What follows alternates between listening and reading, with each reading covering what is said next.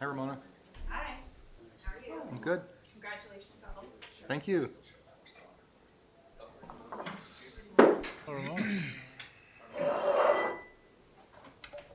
This is normally for press here, or? Yeah, Yeah. but you can use those, use you're those. welcome to use that table there. If there's staff members that need to use it, you're welcome to use it. There you go. Make yourselves comfortable. This is the PDF you've got, eh? Yeah, unless they send it straight. Oh, No, I'm yeah, pretty I sent sure you it the link to the. This is like yesterday. It's almost. Yeah, last night. I mean, No, I think Do you guys want the screen or? I'm good. I can see great there. Yeah. Yeah, I I can see don't. this one. That's all. Yeah, the audience.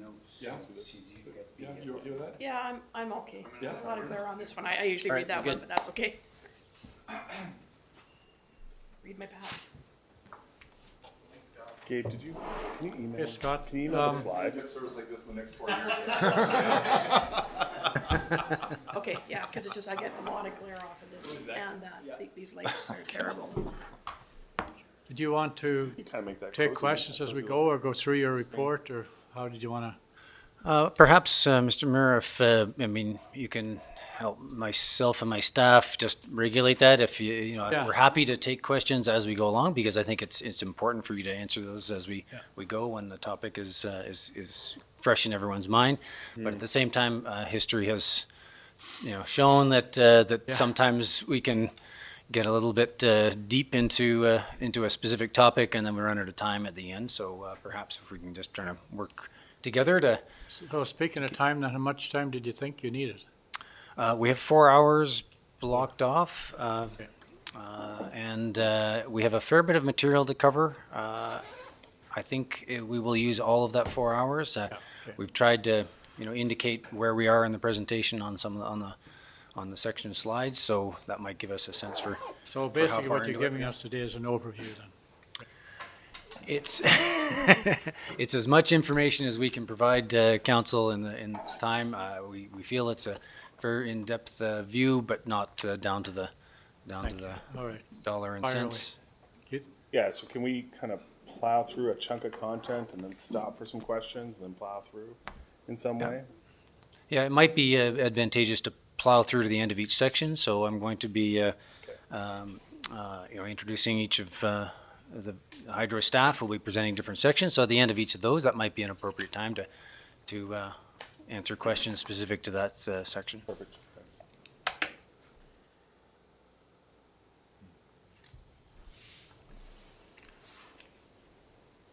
Cool. Okay, I'm on. Well, thank you very, very much, Mr. Mayor and council. Great to be back here again. It's a fantastic opportunity for the hydro staff to bring council up to speed on the things that have been going on in hydro and the projects that they've been passionately working on and the plans for next year. Looking forward to some engagement with council on that. So we will go through, I've got the agenda in front of you, providing an opportunity for staff to both present as well as answer questions directly from council. So just to set the frame, in 2022, we have had a few changes in terms of the organization of Nelson Hydro. The reorganization of the Public Works group reallocated Marg Craig, who you remember from last year, presenting primarily to the Public Works. So she's still supporting Nelson Hydro on the administrative side in terms of supervising of Kathy and Sabina, who are front desk, and then Public Works complex things. But we've lost some of her capacity there, primarily in the communications area, and I'll talk about that later on in the presentation as to how we filled that gap. Nathan Russ has joined the finance department and has been instrumental since his arrival in helping us pull together the finances. So looking forward to working with Nathan more. The EcoSave program, as the climate and energy department has grown, has brought in Avi Silverstein, who's supporting the EcoSave program for Nelson Hydro. And of course, Gabe is is continuing to support Nelson Hydro and the regulatory front that has been so important for the last few years here. And then in terms of my direct reports, Jan Sangalang left the Nelson Hydro in August, but fortunate to have Casey Smith join us a couple weeks ago. So in early August, Casey joined us. So he's going to do a presentation and allow him an opportunity to introduce himself to council and get to know him a little bit more. But really happy to have Casey on the team and supporting that critical customer service and projects area. Neil, of course, is continuing his great work with the operations and line crew, and Jillian Mackay, our business analyst, I'll have her present on our key performance indicators today. She's been helping out Nelson Hydro more and more. She's taking on more hours, as well as with Avi joining the EcoSave, she is no longer supporting the EcoSave program from a business analyst perspective currently, although she did put an awful lot of work into the new CRM project that you'll be hearing from Carmen on. So a few changes in our organization. What hasn't changed is our goal. We're going to continue to support the city in being #1 in value for service. The team has been really fantastic this year in identifying areas to improve the organization, almost to the point where it's, we've got more things that we want to do than we have time and resources to be able to do them. You'll see that and hear that from staff today about the initiatives that we've got going on. We're continuing our focus on providing excellent customer service. That includes improving our communications and our reliability to our customers. You'll see and hear about some of the initiatives that we have to modernize our systems and processes so we can deliver our services more efficiently with the resources that we have. And of course, we're always looking to be able to support our Nelson Next. We recognize that we're a key component of that program, and we're always looking for ways to support the carbon reduction initiatives within the communities that we support. So without further ado, I'm going to pass it off to Carmen and Avi, who are going to talk about the EcoSave program. And just to remind council, the EcoSave program used to be part of Nelson Hydro, and Nelson Hydro still supports that program with budget. And as Carmen has evolved the climate and energy team, they are now delivering that for Nelson Hydro. And Carmen and I speak regularly about that project and program and how it supports the initiatives that Nelson Hydroers find critical and important to the work that we do. So without more, I'm going to pass this off to Carmen. And Really quickly, Scott, before you jump to Carmen, and maybe Carmen and Avi, you'll discuss this. The question I had and have had for a while about the EcoSave program is it performs a function for Nelson Hydro as a DSM. yes. When you separate or support it, I haven't heard, and I'd like to hear if you guys could speak to it or consider it for a future meeting. What is the return on investment as a DSM to Nelson Hydro? So if we are reducing demand, does that have a material impact on Nelson Hydro financially? Do you understand what I mean? Because we tend to look at EcoSave as a conservation program, as a climate change program, but it's supposed to perform originally a function for Nelson Hydro. So if maybe Carmen or Avi could speak to it, or you could speak to it at some point, that'd be great. Yeah, I know I can't speak to just the numbers, and perhaps Carmen has some statistics from the retrofits program. We know that every dollar that every kilowatt that we don't use is the cheapest kilowatt in our system, and so that's the primary reason why we're supporting the DSM. So I'll let Carmen answer the question. It's always tricky to measure something that you're not using. Yeah. Well, I think speaking of, the cheapest cost per kilowatt hour, remember every kilowatt hour we save is what kilowatt hours we're not buying from Fortis BC, which is our high cost energy. And certainly for the urban customer, that's what's happened over time is, we had this generation that as growth happened, we have this fixed pie of our generation. It's getting diluted and diluted and diluted, and that's, you know, that's the impact. There's, as much as we can reduce that dilution, everyone's better off. Okay, thanks.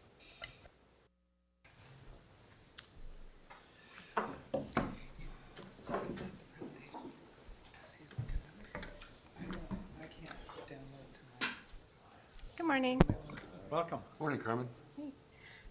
We're going to be jumping back and forth a little bit, so not sure if we should both be up here or. Yeah, do you want to come If on you're, up? Carmen, if you're, anyone that's speaking to the council today, have to keep in mind that we're live streaming this, recording it, so therefore everybody has to be, they're audible. So make sure you share the microphone as best as you possibly can and keep the volume up as high as you can as well. Please. Okay, thank you for that. That's helpful.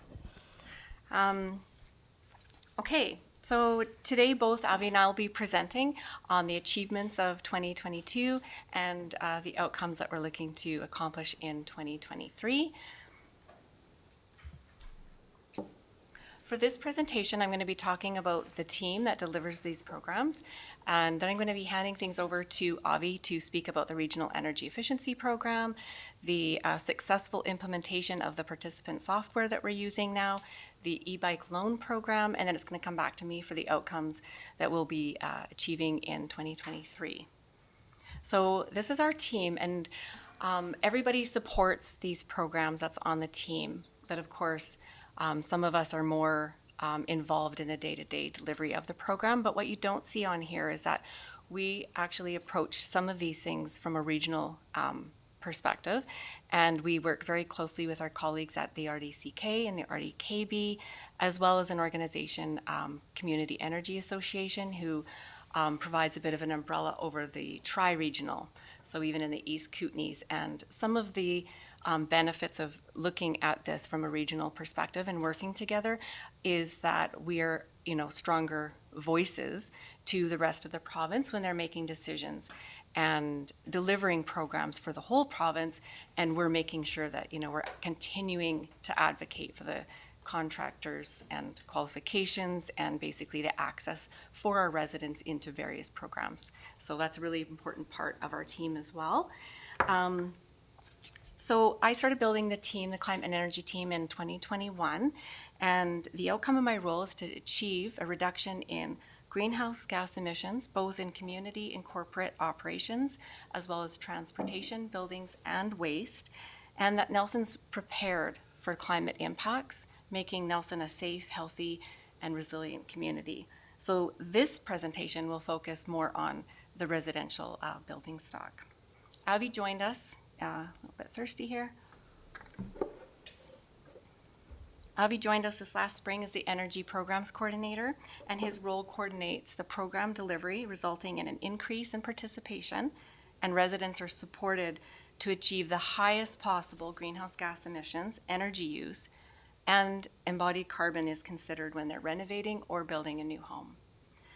And the supporting roles of Aaron and Jeanette are really key to the success of the participants as they support with the rebates, the financing, provide navigational service and supports, as well as heating specialist advice for those looking at upgrading their heating.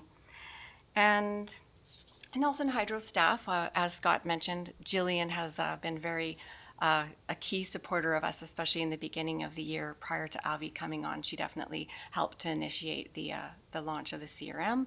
And now Carissa supports because there's a lot more done on their end of the on-bill financing through the CRM. And Avi can speak more to that. So now I'm going to hand things over to Avi to talk more about the day-to-day of the programs. And then it'll come back to me.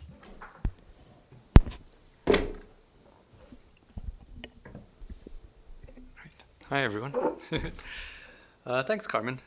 So what started out as the EcoSafe program in 2012 grew in 2019 through a partnership with the RDCK to form the Regional Energy Efficiency Program, REAP. And what we're doing with REAP is what we were doing with EcoSafe, but broadened it to instead of just being City of Nelson participants, now it's all RDCK participants as well. And what we're doing is helping people increase the energy efficiency of their homes. We support homeowners throughout the entire process, learning about all the different federal, provincial, and utility rebates, navigating. There's 2 separate income qualified program options. There are different options for financing, including the Nelson Hydro on-bill financing, as well as the Canada Greener Homes loans, different credit union loans. So the program has grown more complex in the last few years as there have been more grants and rebates as Canada really and BC try to put more effort into encouraging people to conduct home energy retrofits. Our time that we spend with each participant has also increased. We have different levels of support that we provide. We provide whatever support people need. So some people might just need a few emails and phone calls over the course of a year and a half while they do their retrofits. And others require far more support. Aaron, who's on our team, just last month was at the library, sitting next to a senior in front of the library computers, filling out the rebate and grant paperwork, one field at a time. So we go that extra mile for people because it's really important for us to help them complete this energy retrofit journey from start to finish. We had 300 plus participants registered by the end of September, and that compares to last year we had 300 approximately total. So we are seeing an increase this year. Part of the reason why is usually we see a slowdown in the summer, but as you can see on the slide, I just included June through September just to show that instead of our typical summer slowdown, we're actually seeing an increase in the summer. And part of that might be an increased interest in heat pumps, which provide cooling. People in the summer, heat waves, maybe they're thinking a little bit more about how to keep their homes cool. At the end of the year, we will be collecting all the data on the completed upgrades, the energy savings, the greenhouse gas savings, and reporting on these in the upcoming Climate and Energy Report Card in Q1 of 2023. And one other note I want to make is that our team does spend a great deal of time not just helping support participants through their retrofit journey, but also advocating for them. We're advocating to ensure accessibility to all these programs, to assist with rebate concerns, and to help break down contractor barriers, including qualification requirements and access. And the way we do this is by participating in several working groups and advisory groups at the local, provincial, and federal level. And then on the next slide, do I do the slides or does someone do them? Oh, thank you. Next slide, please. I'll just talk a little bit about the CRM. So that stands for Customer Relationship Management. And essentially, it's an online tool that helps us monitor participant data and interactions to help manage this customer journey that we're going along with them. We use Microsoft Dynamics. It fits seamlessly with Outlook and the other Microsoft tools that the city uses. But essentially, it provides a central place for us to store every interaction that we have with a participant. Every email gets logged in there, every phone call, every report that gets uploaded. It's all there so that when a participant contacts us, 6 months after we last heard from her, she might call and say, I have this question. We can see at a glance, regardless of whether I pick up the phone or Aaron or Janet or anyone else on the team, anyone can help this participant by seeing at a glance every interaction we've had, the specifics, how many square feet is her home, what kind of heating does she have, what retrofits has she done. So we can see all that and we can better provide that service, and it allows us to work better as a team. So the CRM is helping us support the outcomes we're going for, so to ensure efficient communication at different stages, to create an overall improved client journey, and it is also helping us improve data collection. That's quite significant because it is one of the keys to increasing participation in this program. And it was important for us to implement the CRM as we're working towards scaling up the program. It's a key piece to have in there because it'll allow us to deal with the increased levels of participation. The CRM will also help us run other programs such as the organic waste diversion program, although that is of course going to come out of a separate budget stream. That's not the Nelson Hydro budget stream. And the last, oh yeah, yeah. go ahead. If I could just interject a tiny bit for there too.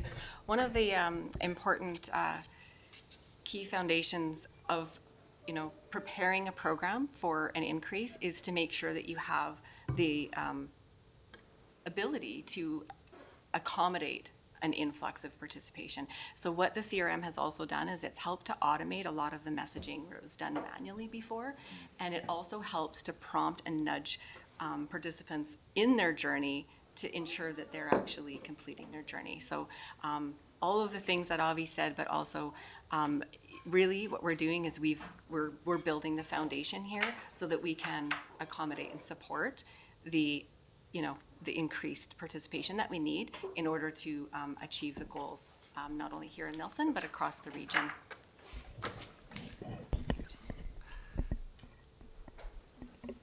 Okay, and then just to touch briefly on the e-bike program. As you probably know, the e-bike program provides low-interest financing for Nelson homeowners to purchase a commuter bike. The loan is applied monthly on their hydro bill, and it's repaid over the term of the loan. The maximum amount is $8,000 per household. The amortization period is 2 or 5 years, and the interest rate right now is 3.5%. So we've had a lot of participation in this program. 150 plus loans have been approved since the program launched in 2020. And we're seeing an increase in 2022. It's doubled from 2021 to 2022. Once again, I've just included the last 4 months for you to see the recent increase. And there's a lot of reasons. Rising fuel costs probably helped this year. An increased interest in low carbon travel options. But we've also put a lot of marketing efforts. There's there was a sign out front of City Hall. There's a banner right now on Baker Street, and as well as earlier this summer and spring. And the e-bike expo, which we saw lots of you at. It was a great success, 100 plus people, 17 different vendors or community groups, and there were many, many e-bikes tested and sold. And yeah, this program has also garnered interest from other communities and has been featured in articles across the province. So it's been a successful program. Yeah. And we definitely look to scale that up. And I'll also add that our team is also working on the equity of the program. And so, we have heard from a lot of residents who don't necessarily own their homes, and we have taken that into account and have conversations right now going with a local financial institution, and as well as the business advisor who works closely with businesses to maybe initiate and help them build employee payroll programs such as the one that the City of Nelson started with. So we are taking that into account. We're not sure if we can ever deliver it in the same way that those the loan program is right now, but we're definitely open to looking at more options that makes that program more equitable. So yeah, we're going to finish up by talking about the outcomes that we will achieve in 2023, and with that, we'll have continued support offered to residents if they're building or retrofitting, and contractors are fully accessible to these residents due to our continued advocacy work.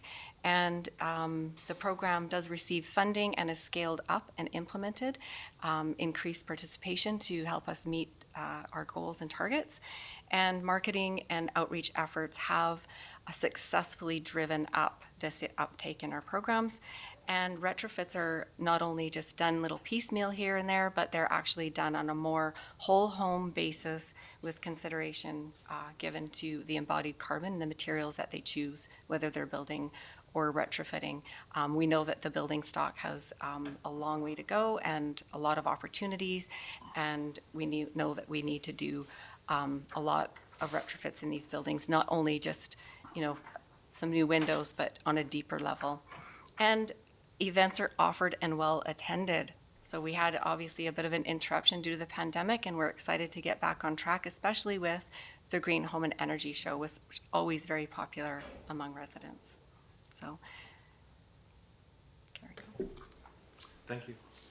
I was just, off the top of my head, and I feel like there's a number of 80% of our housing stock is over Excuse me, Council, could you use the microphone? Sorry. Yeah. I'm just trying to remember there. I remember hearing a stat around how old our housing stock is. You know that? I don't actually remember those kind of figures on the Right. top of my head, unfortunately. But no, it's high and there's a lot of opportunity. Right. So that this program is actually reinvigorating our housing stock Absolutely. in a general way. It is. I mean, it's helping with cutting the GHG, but it also is reinvigorating our aging housing stock. Right. Yeah, exactly. Yeah. So maybe this be, if I could respond. Yeah, Nelson Hydro is a part of the city of Nelson, and it's not just about driving down electrical use for the utility. It is to help support the goals of the city, which is to reduce the GHG. So our program does help support participants, and oftentimes they're upgrading their natural gas furnaces to more efficient ones, or even making a switch to an electric using equipment. So just to sort of touch on that, we will have some data and some evaluation analysis done on the savings, but the program really does support driving down the energy use as well as the greenhouse gas emissions. Thank you. Rick and then Keith. Thanks for that. I've mentioned this a few times, but my comment or question or suggestion is about the linkages between the programs. So whenever I think of the e-bike program, I think of it as an easy, compelling entry point into your climate journey or your emissions reduction journey. So for some people, thinking about retrofitting their home is just too intense. They would rather redo their kitchen than spend that money to get a heat pump and all the rest of it. But it is about momentum, right? So it's about the small steps leading to bigger steps. And I think the uptake of the e-bike program is a great, interesting first step. And I think I've suggested this before, but I'm imagining almost like a card or My Climate Journey, a checklist that you can travel through, and you start with some of these easy to low barrier to entry programs. Then you get to, say, weather stripping, and then while you're doing it, you're going to do some fire smarting and some other things, and then you're eventually going to get to the big one, which is that $40,000-$50,000 retrofit or car or something like that. Is that something you guys have talked about or considered? Well, not in that sort of formal way where we're actually providing them with something that they can physically check those things off. So yeah, that's something to consider for sure. But we do actually use every opportunity to have touch points with them. So for instance, when people are signing up through the CRM now, there's a lot of opportunity for them to actually at almost every stage being like, whatever they've picked for interest, be like, are you also interested in learning more about the energy retrofits? So if they're doing the e-bike, the follow-up, there is some information about how to access some of the other programs. We worked with the Fire Smart people for the RDCK, and we actually had some cards made for the Regional Energy Efficiency Program. So while they're, maybe contacted somebody about making their home more resilient, they're also being given that opportunity to be like, what about the inside of your home, and vice versa. As well as when people here at the City of Nelson, what we've done for the last year is we've piloted when people have a permit for even just redoing their deck, for instance, or doing that renovation that requires a building permit. We added some language into the permit process that actually gives our team permission to follow up with the resident to introduce them to all of the other programs. I'll just hand it over to Avi, if I can, just to talk about just maybe a couple of those experiences and generally how people react when they hear from us. Sure, thanks, Carmen. Just to touch on those building permit calls. I do the building permit calls. Everyone's always very. I've never gotten a bad response from anyone. They're all happy to hear from me, and had some interesting conversations with people who, like Carmen says, the permit is just for a deck, but they're like, oh yeah, but I am planning to do this. Oh, did you know there are grants for that? So it's a really good touch point and a really good entry point into that, for sure. Great. And And we're really, as the climate and energy team has evolved, we're really working with every department and letting them know, like, if you're having an open house or you're having a sort of a campaign or an event, how can we make it more holistic so that they're actually, if they were just thinking about fire smart, how are they also considering these other things and vice versa?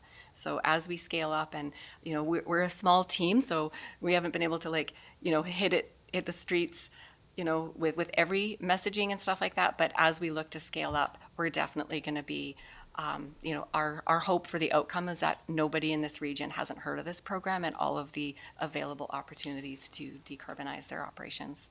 And if I may, just on that, one of the things the social science, I think, warns us about is that when there's two possibilities, outcomes that can happen from your sort of climate action, like you buy an e-bike.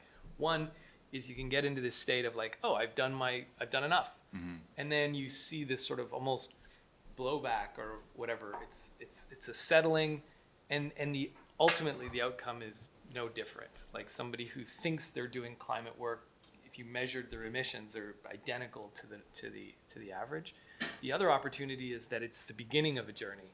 And I think it's not a given. If we don't continue to build on and create momentum, then people will sort of do one thing and then settle and think they've done way more than they actually have. So I just really emphasize how important it is to keep that momentum going. Yeah, thanks for that. And I think that it would be interesting to actually see some of the data, because when somebody signs up through the CRM, we can actually see all of the programs that they're participating in. Did you have something to add? Yeah.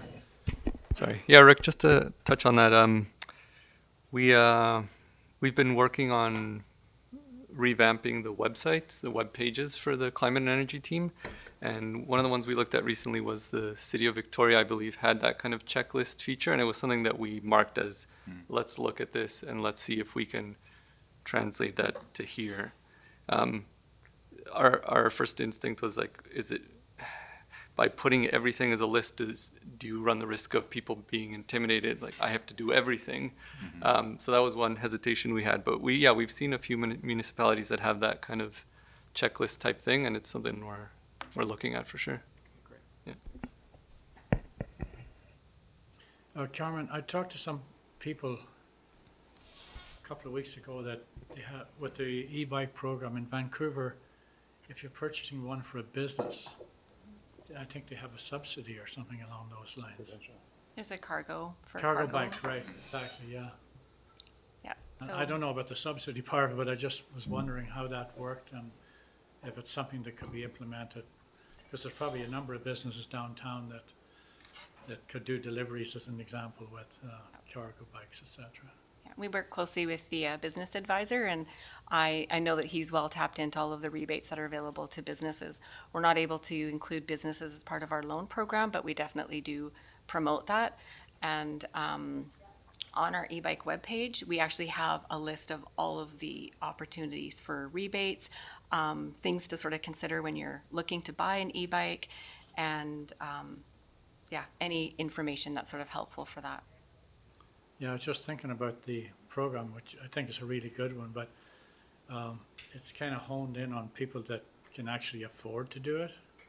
So it's leaving out a large population that it's maybe a little bit marginal for them to get a bike, and in particular a small business. It may be beneficial to their bottom line actually to have an e-bike versus have a car, as an example, to deliver, or a van or something along those lines. But they don't qualify because they're classified as a bit more high risk. Is there any thought given to, in the future, us figuring out ways to accommodate? Do you mean to add those to the loan program? Yeah, exactly. Okay, so we're actually not really allowed to lend to businesses for the, it's in the community charter. We're not actually allowed to include them as part of the loan program. So we'd have to find a different way to support them.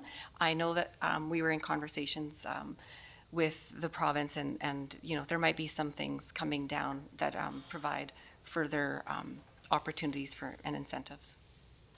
Yeah, I know Vancouver has its own charter, so they can do a few whatever things the heck different. they want. Right? Yeah. But I just thought that was interesting to learn that. And But that I might read be an good for, interesting article about a year ago, and I think it was in the financial New York Times about the e-bike programs that it was the rich and famous that were buying the e-bikes, and the people that really need them lived in Harlem and couldn't afford a bike. So, yeah, incentives do help. I mean, we definitely see that with the retrofit program. They're definitely, when the rebates are better, it's correlated with an increased participation level as well.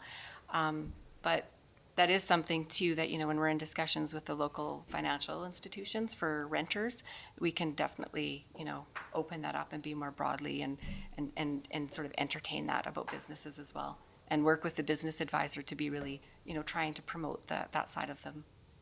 I wonder if there's a way that the business to sell the bikes could carry the risk.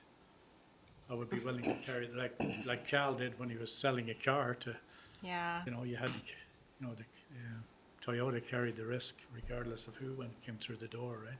Yeah, I did talk to all of the bike vendors here when we first were initiating the program. I wanted them to be the first to know sort of what was coming out for the community, and we did talk about that. And yeah, they had a few different reasons as to why they didn't want to get into the financing. But I mean, you can go and buy appliances and use their financing.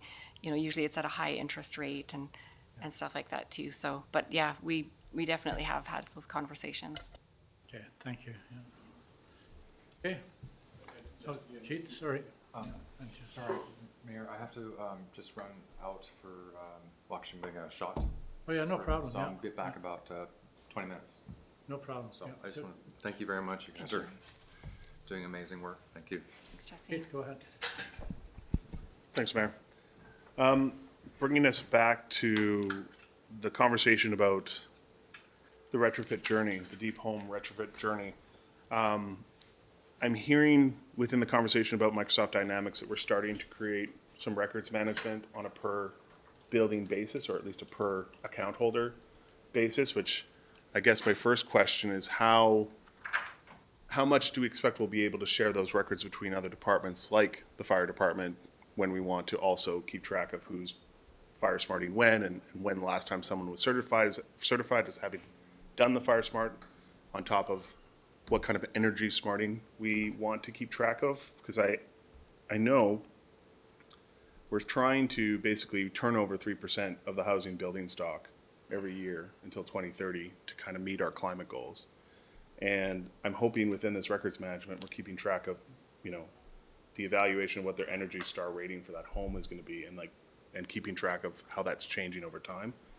Are we going to be able, as Lautenberg was saying, to map out a journey of the whole stock and know where we've hit and where the gaps are, so we can start to do specific outreach to those places that are not picking up on the broader marketing message and eventually leading themselves to ourselves? So are we getting into the nitty-gritty of the mapping of the journey of the retrofit program over the next 10 years? Yeah, so there's two parts there. So the first part, as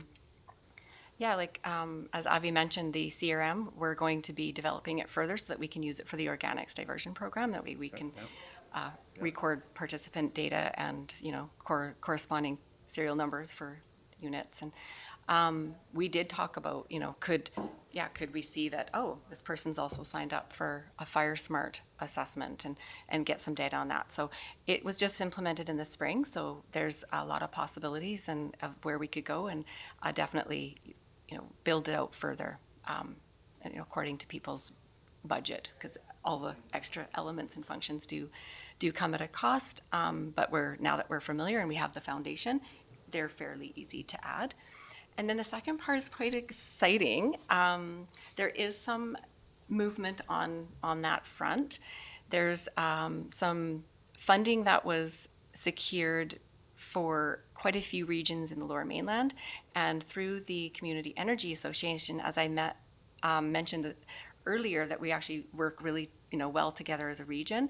They're including the RDCK in some potential opportunities to do some sort of mapping, and what that would consist of is adding some utility data and actually being able to use GIS and to be able to really look at, you know, what what is the efficiencies and what is the energy use and where is it higher? Is it higher in certain locations? Could we target those areas? So we're very early stages on that, so I don't have a lot more information, but just know that that is where things are going and headed for the technology and people and communities really utilizing that. So you're onto something that is definitely being talked about out there, and we definitely will be involved. And when the time comes and we know more, we'll definitely let you know. Great.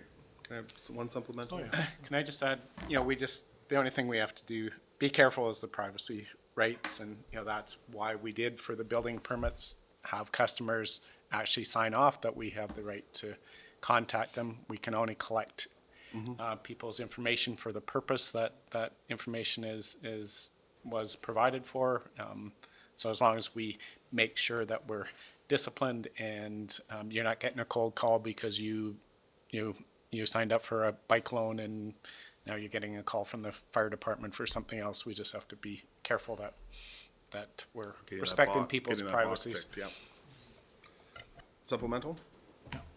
And this might be more of a question for your bosses and the IT people, but in a general sense, as you're going through the implementation stage of your business logic into the system, are you getting enough of the right kind of IT consulting support to manifest that, or do we need to consider having pieces of the budget carved away to make sure that that skill set is there to implement any kind of Microsoft Dynamic pieces that need to come into fruition for you guys to be effective at delivering this program? Because I know that can be a barrier sometimes. Yeah, well, I think that, I think the supports are in place, and we worked with the IT for the CRM, and that went really smoothly. And so, now us adding the organics in, and as time goes on, if we, have the opportunity to add others, I think that, that would be fine. It would just be a matter of getting the quotes and making sure people had the sufficient budget for that. When it comes to the other thing that we're talking about with the GIS and that sort of thing, I think, I think we do have some partnerships in that at the RDCK level, and we're sort of, early stages, but just talking about what does that budget look like, and really, making sure that we're seeing the return on investment for something like that would actually give us the information that would be helpful to achieve our goals. So, but I do think that we're pretty resourceful when it comes to getting, putting the supports in place that we need. Okay. So, Thanks, Armin. thank you. Thank you. Okay? Kevin, just a comment on the privacy and the Personal Information Protection Act. There was something you were saying there that I was twinged in terms of PIPA that I seem to remember, which is we do, I think, occupy a special class as a local government, so that we do have the PIPA, we're exempted from PIPA as a public body. I'll turn this over to you. We're exempt from HIPAA, but we're subject to FOIPA. Okay. FOIPA is our rules. Privacy information as well, or those regulations. But it's not as constrained, right? Like we have the ability to share between departments, for example. When we collect information from individuals, we do need to tell them what we're collecting it for. Right. We're obligated to do that. Okay. So as long as we have a broad enough disclaimer, essentially, to say we're collecting your information, we're going to use it for X, Y, and Z. Yeah. And the consumer or resident agrees to that, that's okay. Well, we are obligated to tell them that. Right. And have them agree. Okay, and does that include all of our taxpayers or all of our ratepayers? Could that be a part of it, sort of a general, for all ratepayers, for example, a general agreement to say, here's all of the things that we intend to do?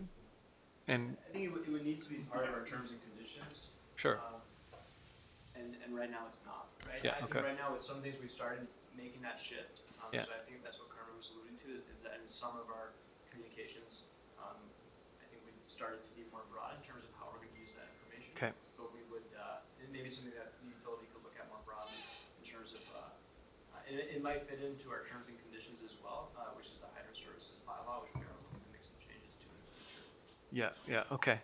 If I could- We still have to be careful that Absolutely. if you sign up for a hydro account and we're lobbying you to reduce your water consumption, we need to be direct with that. And rightly or wrongly, I think there's some distrust of what information is used by different people for different reasons, and you know, Yeah, and to be as long as we just, you know, we're careful. I think, as you saw in the building permit piece, I don't think we've had much resistance from anybody in terms of signing that, to say that, you know, do you mind if we contact you about what potential energy saving things? I think it's way better for us to be upfront with customers about that. You build that trust, and versus kind of getting this cold call out of nowhere, is because it's about building trust, I think, at the end of the day. Yeah, I absolutely agree with that. And that I think as part of a broader program of seeing that all of these things interlink, right? Like there's a strong connection between fire smarting and so on. And so getting to the place where we're able to communicate more holistically, like there's a lot here. There's a suite of programs we have for you. Yeah, exactly. All of them that are supporting each other. And so, Yeah, no, we can definitely do that. Just build that trust as we do that. yeah, makes sense. Thanks. And just for Carmen, you had an answer there too. thanks. Yeah, just one more thing on that. When people do sign up and register for the program, they are signing and clicking a checkbox of, you know, we plan to use your information in this way and for program evaluation and support and by our team. And they are, you know, basically approving us to contact them. But we do have to be very specific about what we're using that information for. And in terms of, you know, wanting to reach them for other things, we would just have to be very specific about that. Fair enough. Yeah, because of the cost of hydro energy, even natural gas, we're actually asking people to do this out of the goodness of their heart in many cases. Unless there's, you know, grants attached to it, et cetera. It can be a tough sell for a young family to you know, to make that investment going forward. Carmen, the other thing, I don't know, are you done now? We are, yes. Oh, the other thing, did you want to touch a bit more on the couple of workshops you had on that embodied carbon? Because that's of interest to me. I think it's an important subject, but I'm a bit concerned that we don't get too far ahead of ourselves here, that we're going to drive up costs to the consumer or the cost of construction to people as well. So Yeah. can you tell us where we're at on that? I can say that it's going really well, but I can also mention that we're actually presenting to Council on Tuesday for the overall climate and energy team, whereas this presentation today is more focused on the Nelson Hydro budget, which is the, you know, we do deliver a service to those looking to build new homes. And in the cases where people sign up to the Regional Energy Efficiency Program anywhere in the region, we are having Natalie Douglas support them and introducing those considerations for embodied carbon. But the work that she's doing on the workshops and really working with the building community is sort of more as part of our climate and energy team. So it is going very well, but I'm gonna talk more extensively about that on Tuesday. Thanks very much. Okay, Okay, hearing no more questions, thanks for your presentation. thank you.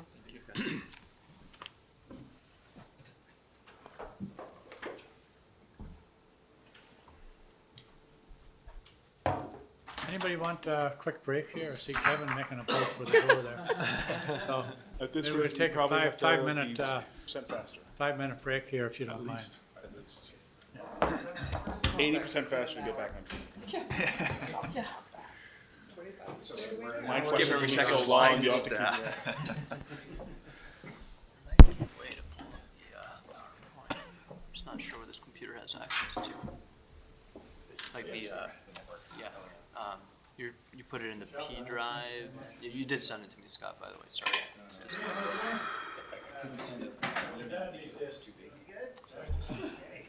No access. No access, but if you've got 5 minutes, I can go put it in. So if it's easier, I saw some people do that. So I'll get it on there. Yeah, grandson's playing again, so. Okay, 60% faster. history and not learn from it. See you Tuesday. Okay, let's go, folks.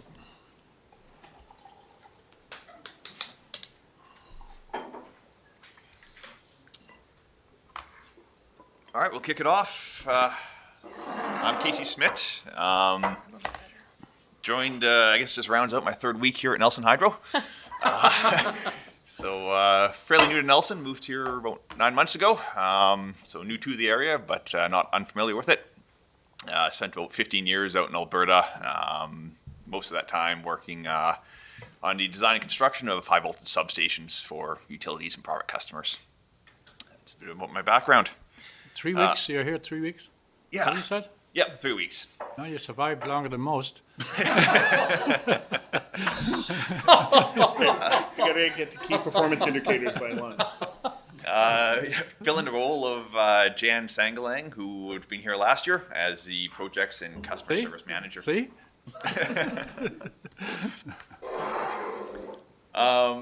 Besides myself, the rest of the team remains largely the same as last year.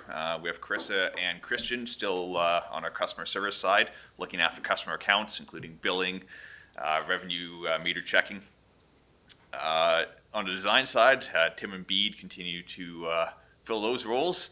They're working on day-to-day customer service connections, customer projects, which include line extensions and large construction projects, as well as BC One call requests that come in for line locates. On capital projects, there's myself working as project manager.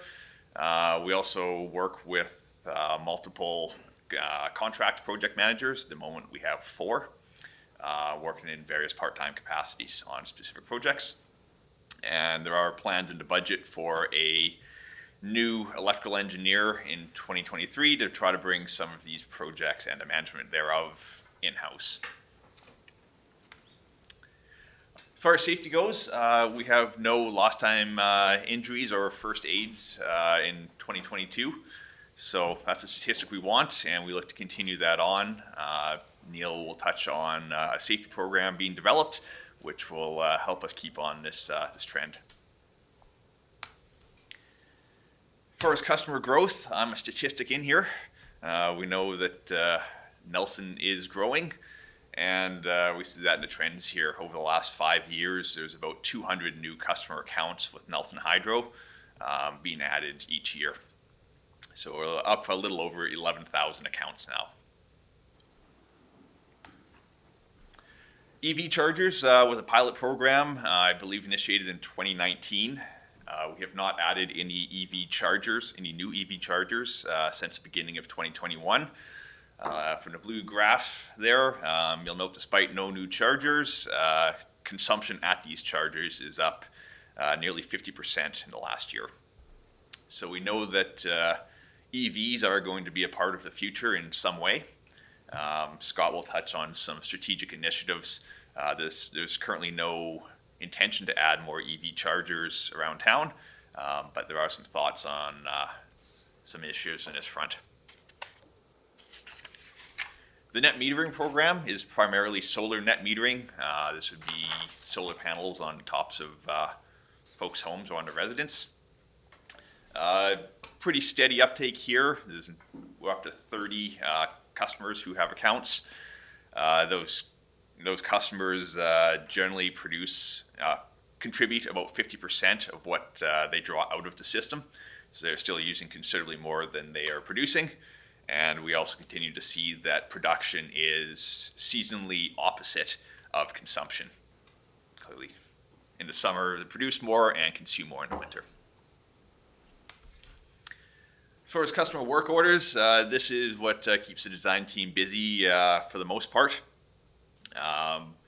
One call requests are down this year, but we're still up over 800. We'll probably trend towards 900 by the end of this year. Standard inquiries, we've already matched last year, and we still have 2.5 months to go. So these would be customers upgrading their services, new services, or adding additional meters for suites and that type of thing. Third-party projects, we're also on track for matching last year, and these are some of the larger projects around town. Some of those projects everyone probably drives by on a regular basis. The first 2 here on Vernon and Victoria Street, designs are complete, and we have Nelson Hydro's completed the majority of the field work. On Baker Street, the design is complete for this building, and we'll complete the work in line with the construction schedule. And the final two projects are also, I guess, Government Road is complete, and the St. Francis site demolition is complete. And there is a design to support the new structure that is being planned for that lot. First capital projects that were complete in 2022 or were focused for this year. We had the backup generator out at the generating facility. This project is, the construction is complete. Commissioning will be done in conjunction with the generator unit 5 overhaul, which is ongoing. Vault lids on the electrical vaults around town were all replaced throughout the year. There's 3 remaining, which should be done by the end of the year. And this was to update lids that were rusting and needed replacement for safety and operational reasons.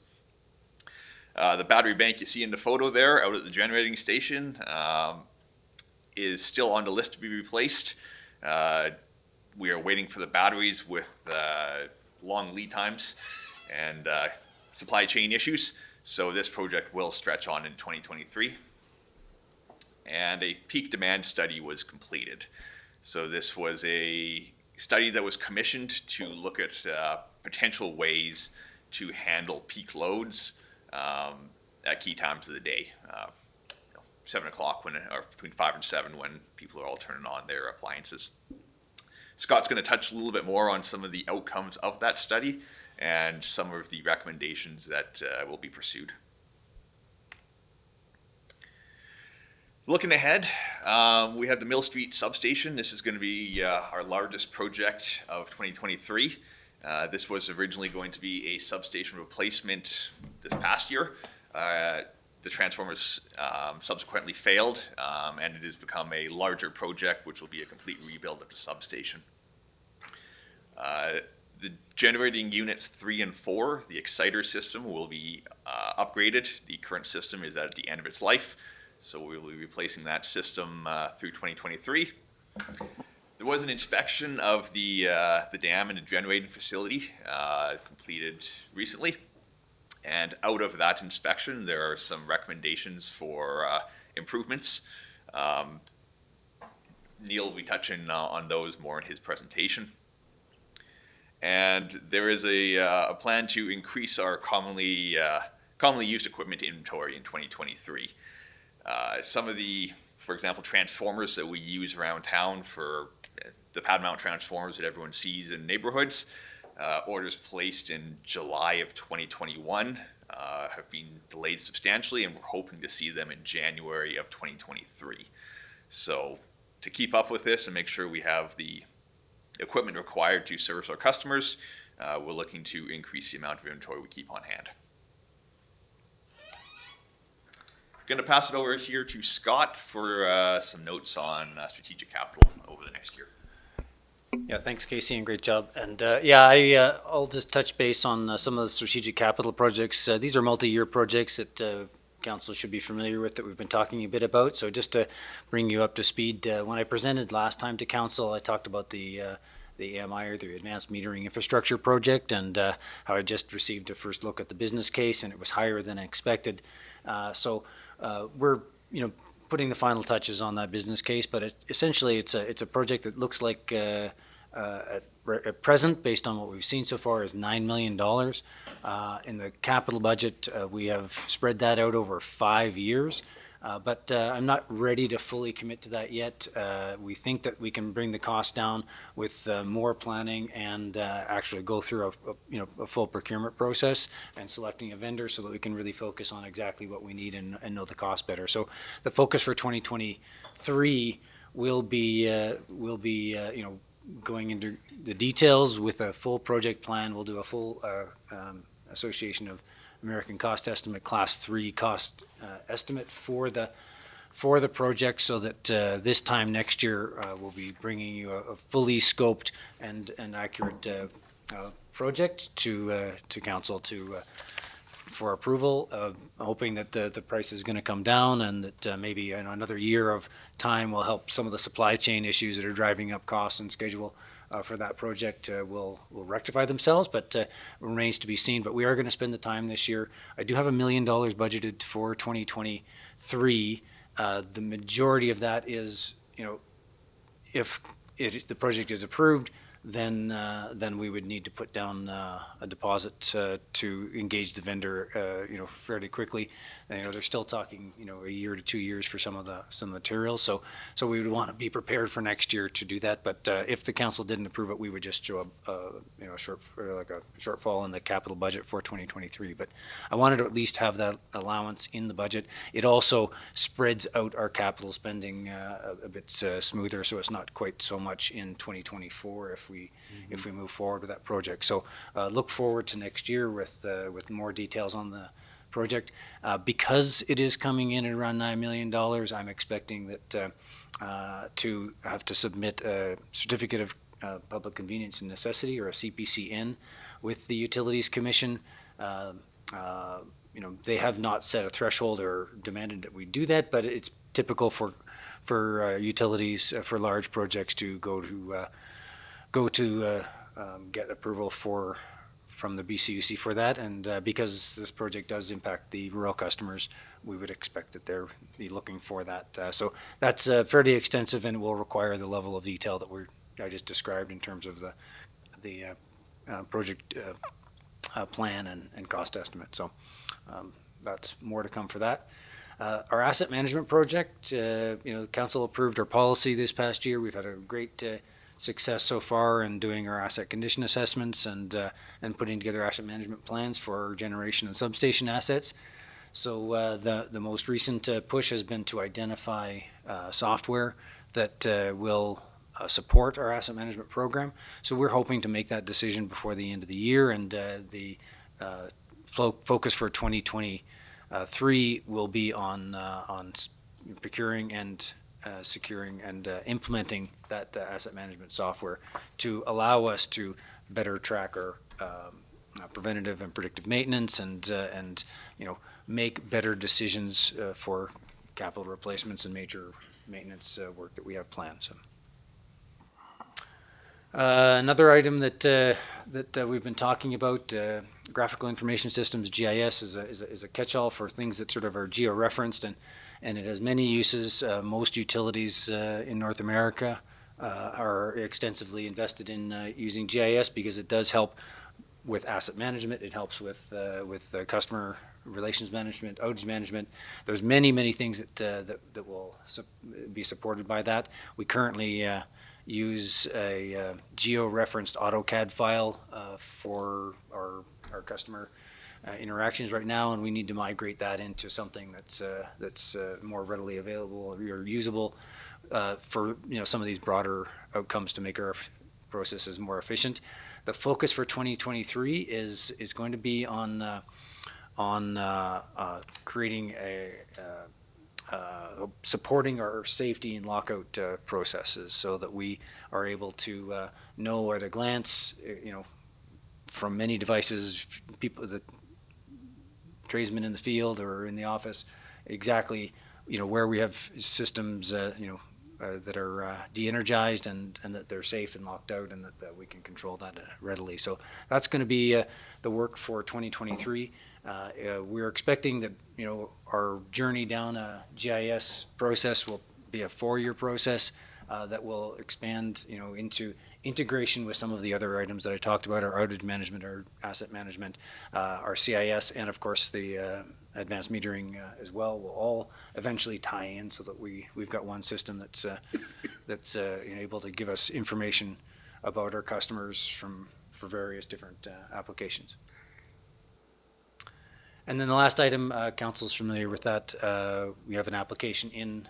There's been no change to that. I'm still expecting that Clean Energy BC will be notifying proponents of their carbon reduction funds by December. So our battery energy storage project, we may be, here if we've been shortlisted by the end of this year, but we won't actually have full approval until September of 2023. So there's no real activities planned for 2023 other than should we get approved, then we're going to start to move forward with some of those projects, planning pieces to make that happen. And I did promise to council that should that happen, we would be back with a more fully scoped out project plan that has cost estimates that are current as of September of 2023. Once we know that, because the costs were quite high for that, and we know a big part of that was driven by market and supply chain issues. So we're hoping that some of those will be relieved by next fall. Hope's not a plan, but it's worth sort of keeping in mind. We'd like to think that this isn't the new normal for supply chains, that we'll be eventually get back to regular type of cost and deliveries. Councillor Page.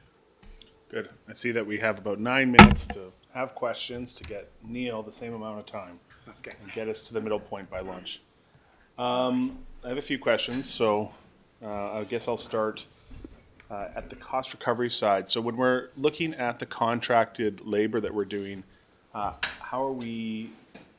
One thing I'm not seeing within these slides is how well we're doing at recovering our costs for the work that we're doing as we build out new connections, as we bring on new developments.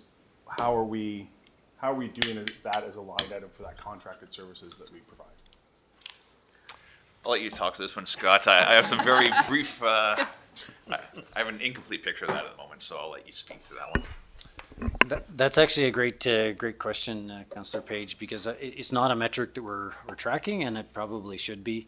We do have, do reconcile each of the customer inquiries there, but those are only for those that are quoted out. We do have quite a few just basic fees that we charge.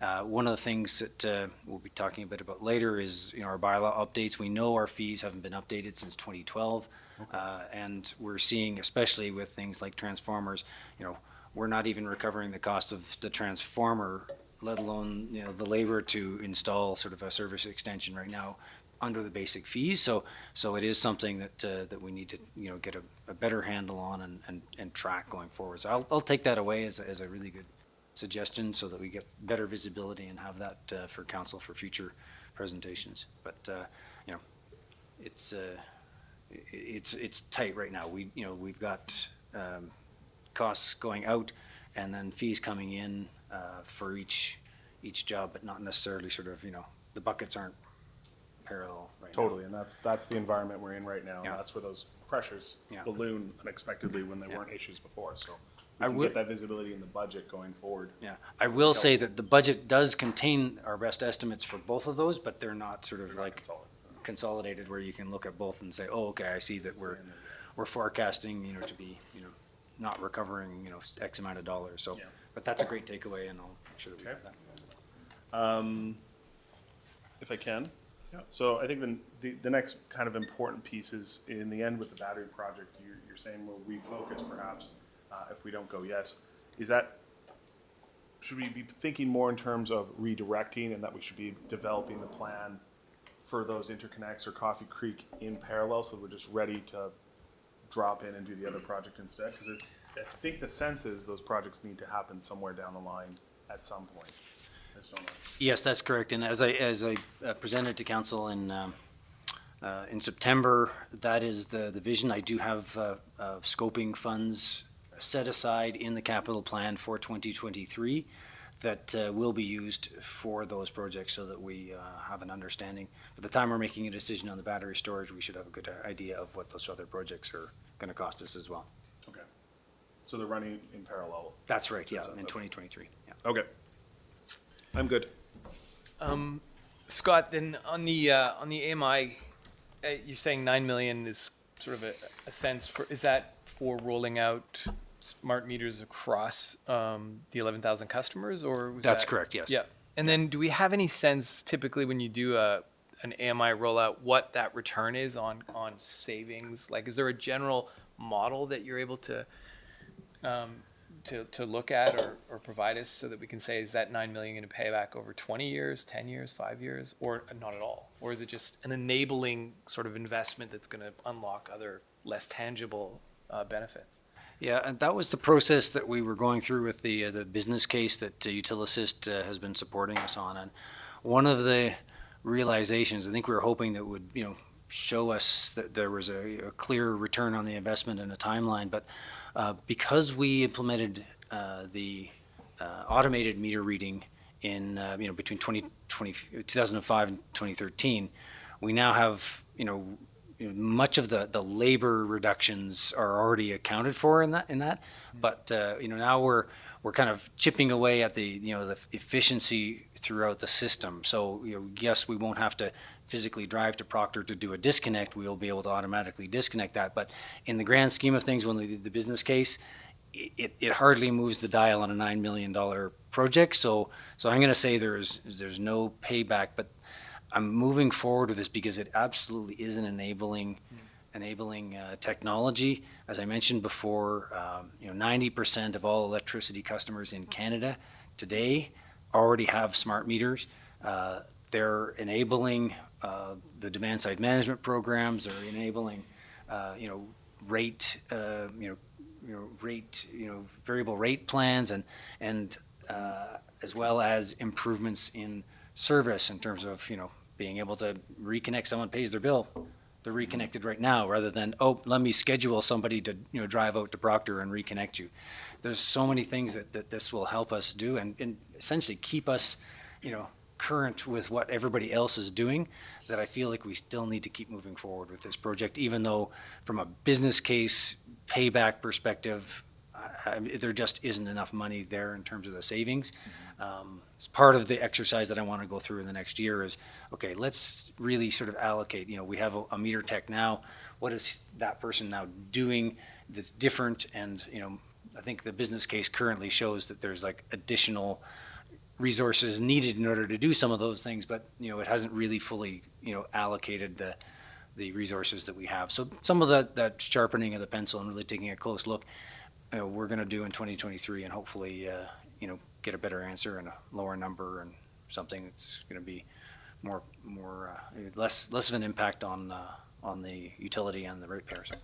Okay, and just a quick second. Can I just add to that? Because I think the other thing that we're looking at is there a chance to partner with somebody else and share some of the, that upfront software costs? Do we all need our own systems, or does the MEU or somebody else, do we have a package that serves all the municipal utilities? And, I know they've done that on the finance side in other municipalities and other software. We don't all necessarily need to have that package software, so that might be able to be a place where we can drive that cost, because it seems that upfront base cost is a big part of this. And if we can spread that across more municipalities, then maybe it's a more cost effective for all of us. And that's a great. So the second question quickly is about the GIS. So we pay into a GIS service at the RDCK. Are we taking advantage of that at all? Nelson Hydro uses it, mostly for property boundaries and basic lookups, and that's essentially what development services are using it for. We're even within the city as a whole, we're recognizing there's many more applications for GIS. So there is discussions interdepartmental to expand the GIS capabilities. From a Nelson Hydro perspective, we're seeing a lot of applications that are going to really improve our processes and efficiencies and customer service. So and we're different than development services, and even public works to some extent. So there's different processes that we need to look at. So we're looking at electric industry solutions that are already out there and available.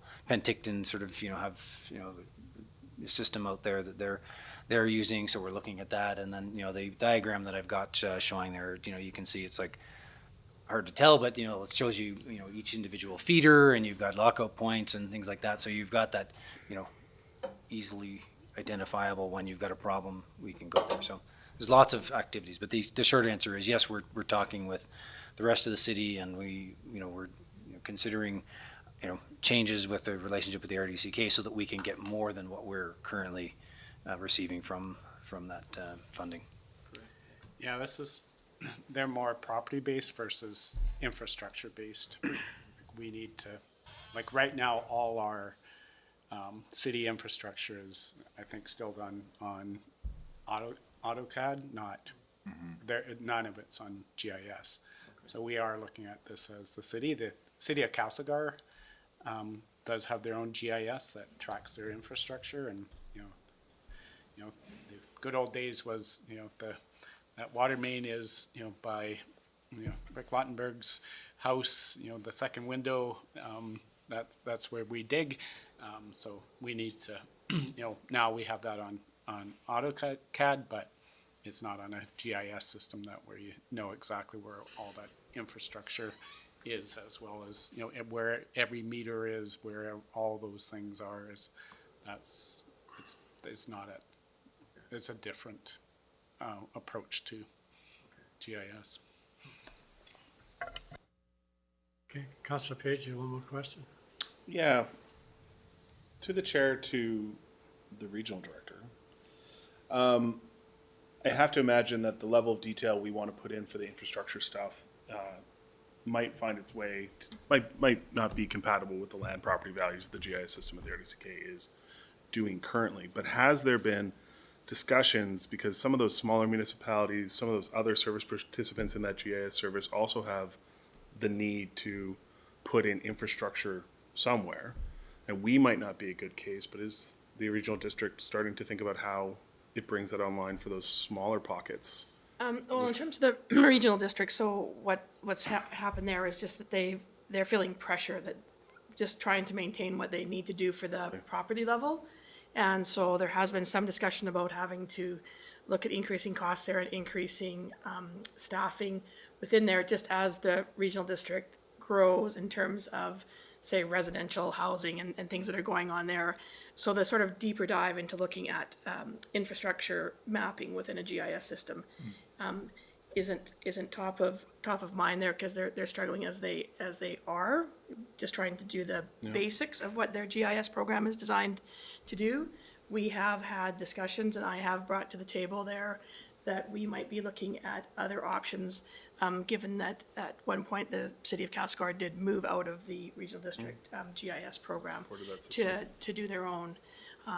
So that has been a conversation that I've brought back and asked staff to look at in terms of what are the staff needs as we go forward, particularly if they're going to be increasing the costs of GIS at the RD, and it's not going to be particularly what we're needing here within the city of Nelson.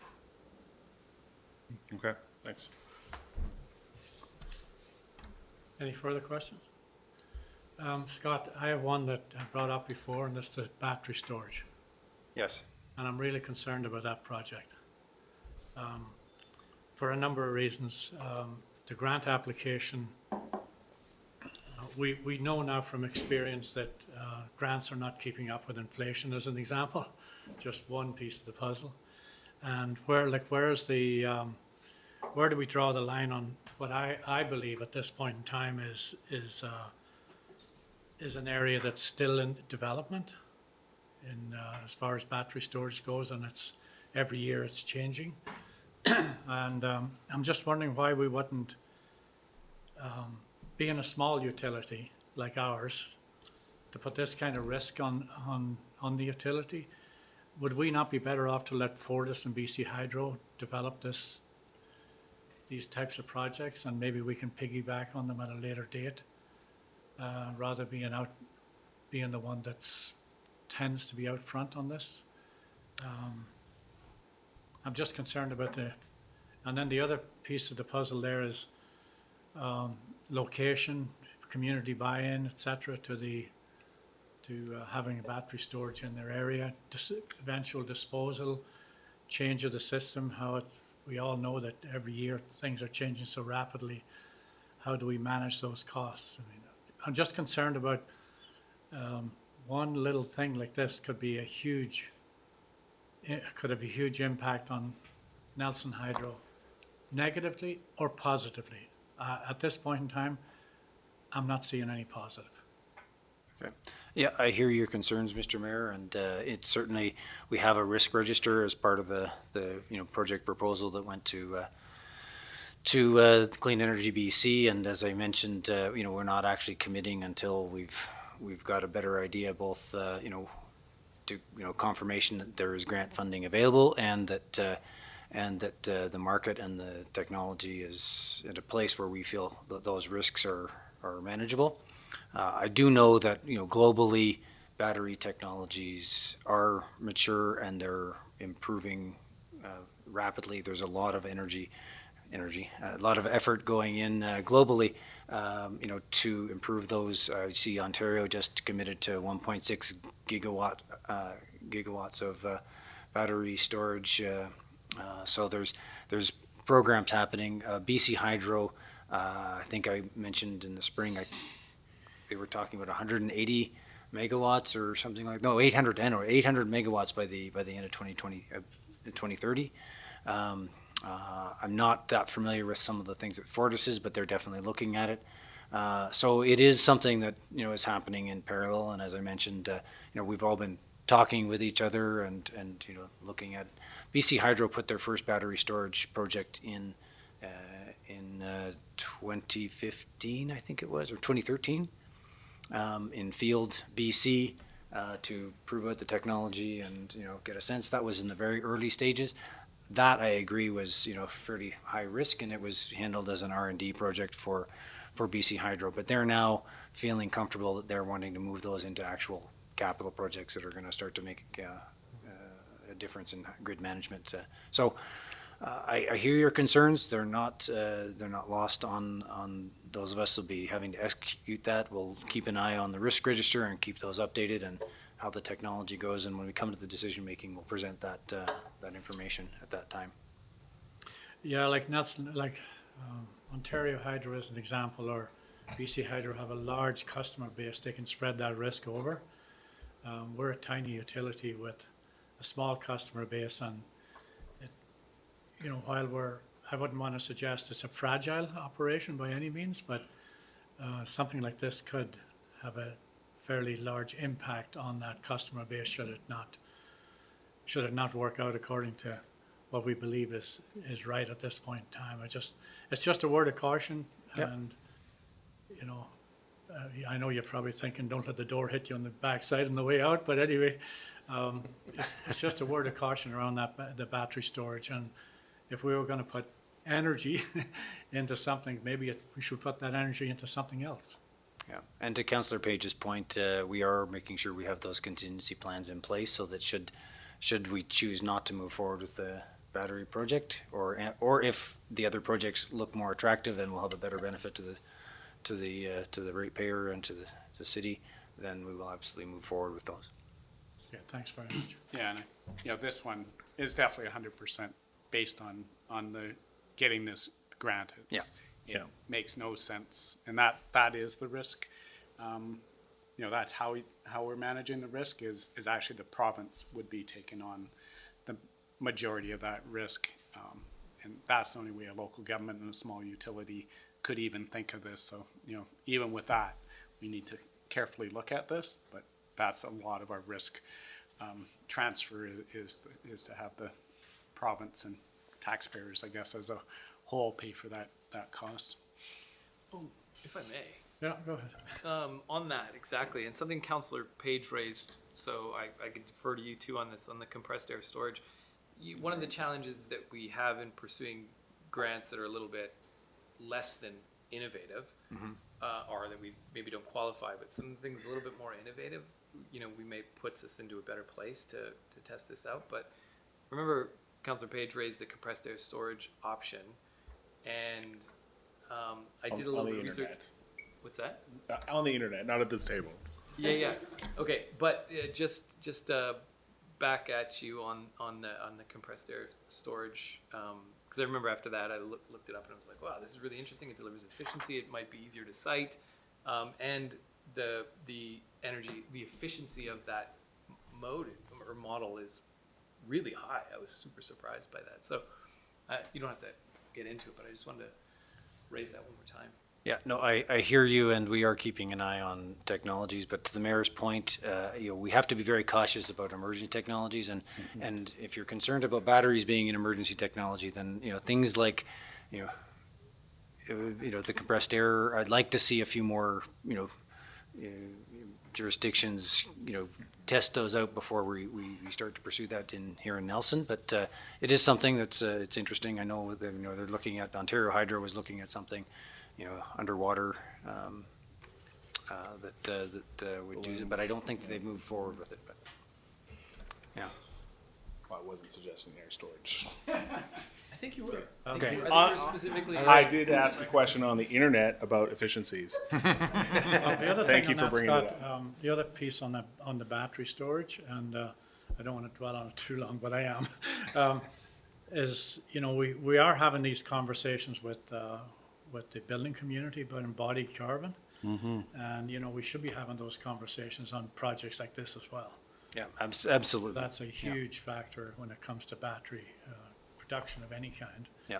Regardless of whether it's for your flashlight but especially with big projects like that. Yeah, and it won't just be Nelson Hydro's concern, it's a global concern. As I said, there's quite a significant adoption, especially in lithium ion, so there's got to be a big, uptake in the ability to recycle efficiently and economically of all those metals and products that go into those. Thank you. Yeah, good, thank you. Thank you.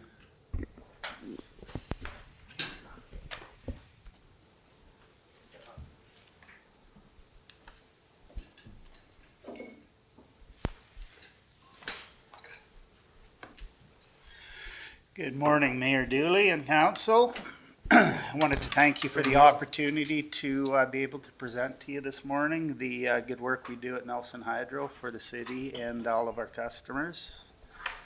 So with that, maybe I'll throw my glasses on so I can read what I'm doing here. So again, with the org chart, there's a small change this year in that we're formalizing the team leader position and the lead hand position. So Dana Hamilton is now the team leader of the line department. Jason Precision, he was previously the lead hand or sub foreman, so he's going to remain in that position. And the reason we're doing this is there's currently a bulletin out for a 6th position, and I'll speak to this a little bit further on, but this is to allow us to have an operations crew and construction crew essentially, because currently with the crew size and with vacation and sickness and illness and whatnot, it's very challenging to perform any new construction with our crew because that's not interruptible work. So if we're going to devote part of our crew, the PLT crew, to new construction, we're not able to respond to emergent situations as readily as we would like to. And then on the generation substation side, we of course have a new electrician, Dario Samole. As well, we brought on a second millwright, and the reason we've done that is because a longtime employee, Kevin Johnson, is eligible for retirement here almost immediately. We're hoping that he won't leave us so soon. But he's got a wealth of information and knowledge about our system that we do want to do a knowledge transfer to our new young millwright, Andrew Miedrich.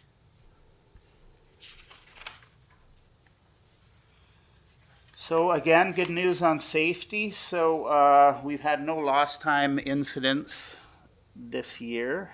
We have had one near miss at Bonington Generating Station. And a near miss is a situation where an incident has occurred, no one was hurt. It's an opportunity for us to learn and prevent it from occurring in the future. In this instance, it was one of our electricians was performing some work for the new diesel generator out there, and he needed to get a 3-inch knockout in the side of an electrical panel. And during the course of drawing that piece out, making the hole for a conductor to go through, that tool actually sheared off.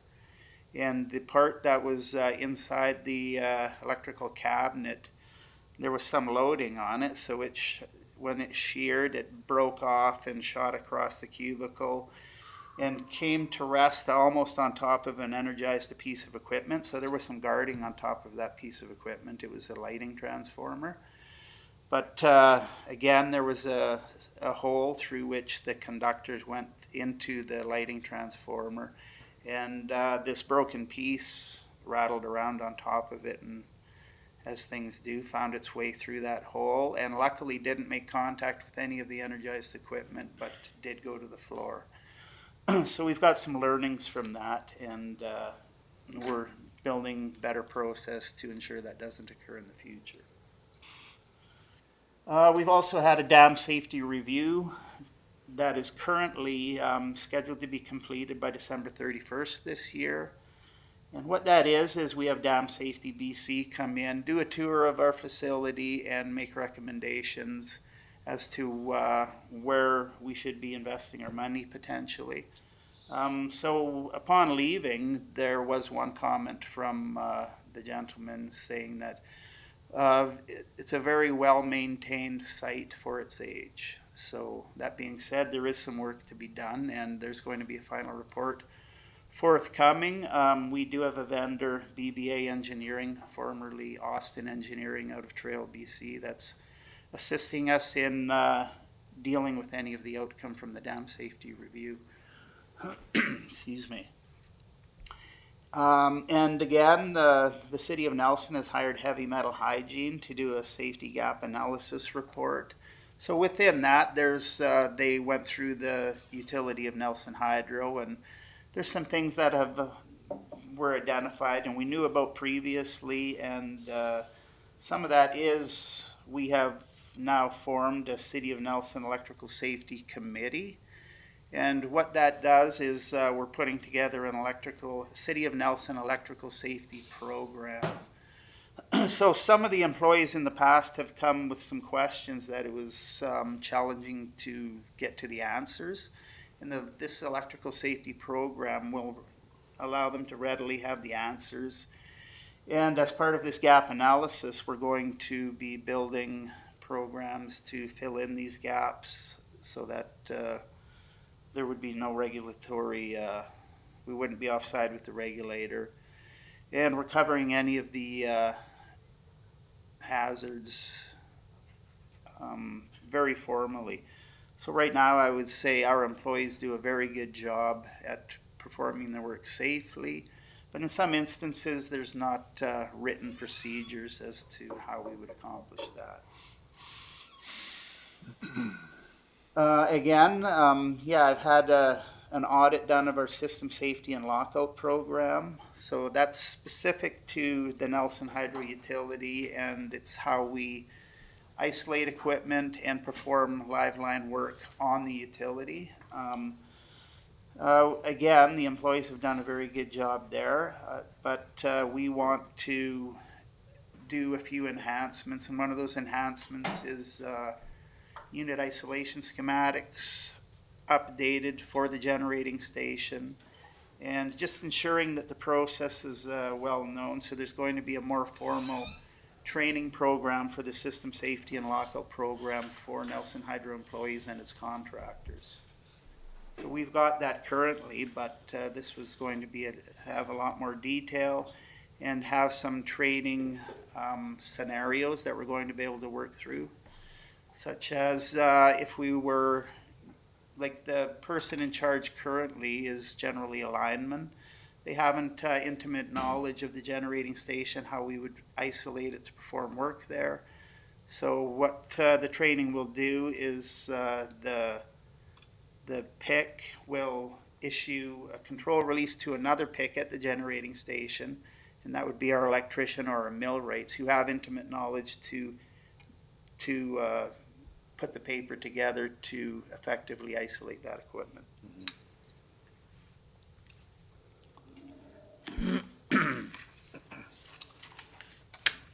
So we are also working at staff training. So we have procured the SIME system model. So the SIME system model is a model of our system, our electrical system. So it is used to do load studies. So if a large customer wanted to have a service anywhere in town or on the North Shore, we're able to go into the digital model and say, okay, there's going to be 5 MVA of load in this location. So you plunk it in there digitally, and then you hit run, and it will tell you immediately certain lines will show up red or yellow. And will tell you you need to increase the conductor size here, here, and here, or you need to change the fuse sizes, that type of thing. The other benefit of the system model is that we're able to run protection coordination studies to ensure that were there to be an incident or suppose wildlife causing a transformer to be out, that the minimum number of customers see that interruption. So it segments the system to the minimum amount required, keeping the rest of our customers on. And the other part is a safety issue in that we need to identify what the arc flash available energy is in our substations and motor control panels and things of that sort in our facilities to ensure that we're dressed appropriately. We've got the appropriate PPE to work on that equipment. We're also working at formalizing the safety and regulatory and trades training that we need to provide to our employees. So in the past, it's been recorded in a spreadsheet, and I would say there's been a good job done there. What we'd like to do is leverage Biz Trainer that the City of Nelson has now adopted for training and many other things. And what we'll do is we've looked at historical training, and I've worked with Trevor Reedy's with heavy metal hygiene to look at what the required what is it? The required frequency for that training. So we'll enter the training into Biz Trainer, enter the frequency for each individual, and then it'll be an automated process whereby every year or subsequent years we can run a report, and it will tell us which individuals require what training so that they don't expire, and we remain current with the training, both regulatory and trades. This is some of the work that we've done prior so that we're able to enter this information into Biz Trainer or Safety app. And I know it's difficult to see, but what you can see down, or maybe what you can't see down the left side, is some of the training. So there's about 70 items on the list. So some of it is regulatory, some of it is trades based, and some of it is specific to a certain trade like a PLT or an electrician. And we've identified the frequency, so we're going to use this matrix to enter the information into Biz Trainer so that we're able to then get the automated reports out and schedule the training effectively. On to generation. So the solar generation, it continues to work well. So you can see that the production continues to be very similar year over year. And what you see on the top graph there is the thin line, that is last year's production from the solar garden, and the bars there, those are the production by month this year. So you can see it's fairly similar. And then on the bottom, the energy produced, you can see that's since the solar farm was commissioned. So again, very similar year over year. The good news is the maintenance required there is minimal. I know our electricians need some specific training as to how to respond to some of these issues. The vendor who monitors it, they notice more frequently than I do that sometimes the communications are not working correctly, so we need to go out there and recycle the power, and it seems to work again. But it would be great if our electricians were a little bit more knowledgeable about the system. And then another small issue is we need to invest in some critical spares. Those are the micro inverters that convert the DC power provided by the solar panels into AC so we can hook it to our systems.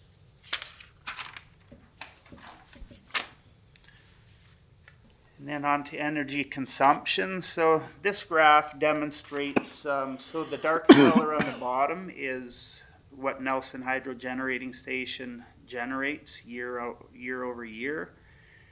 And then the lighter color on the top is the entire city of Nelson Hydro utility load.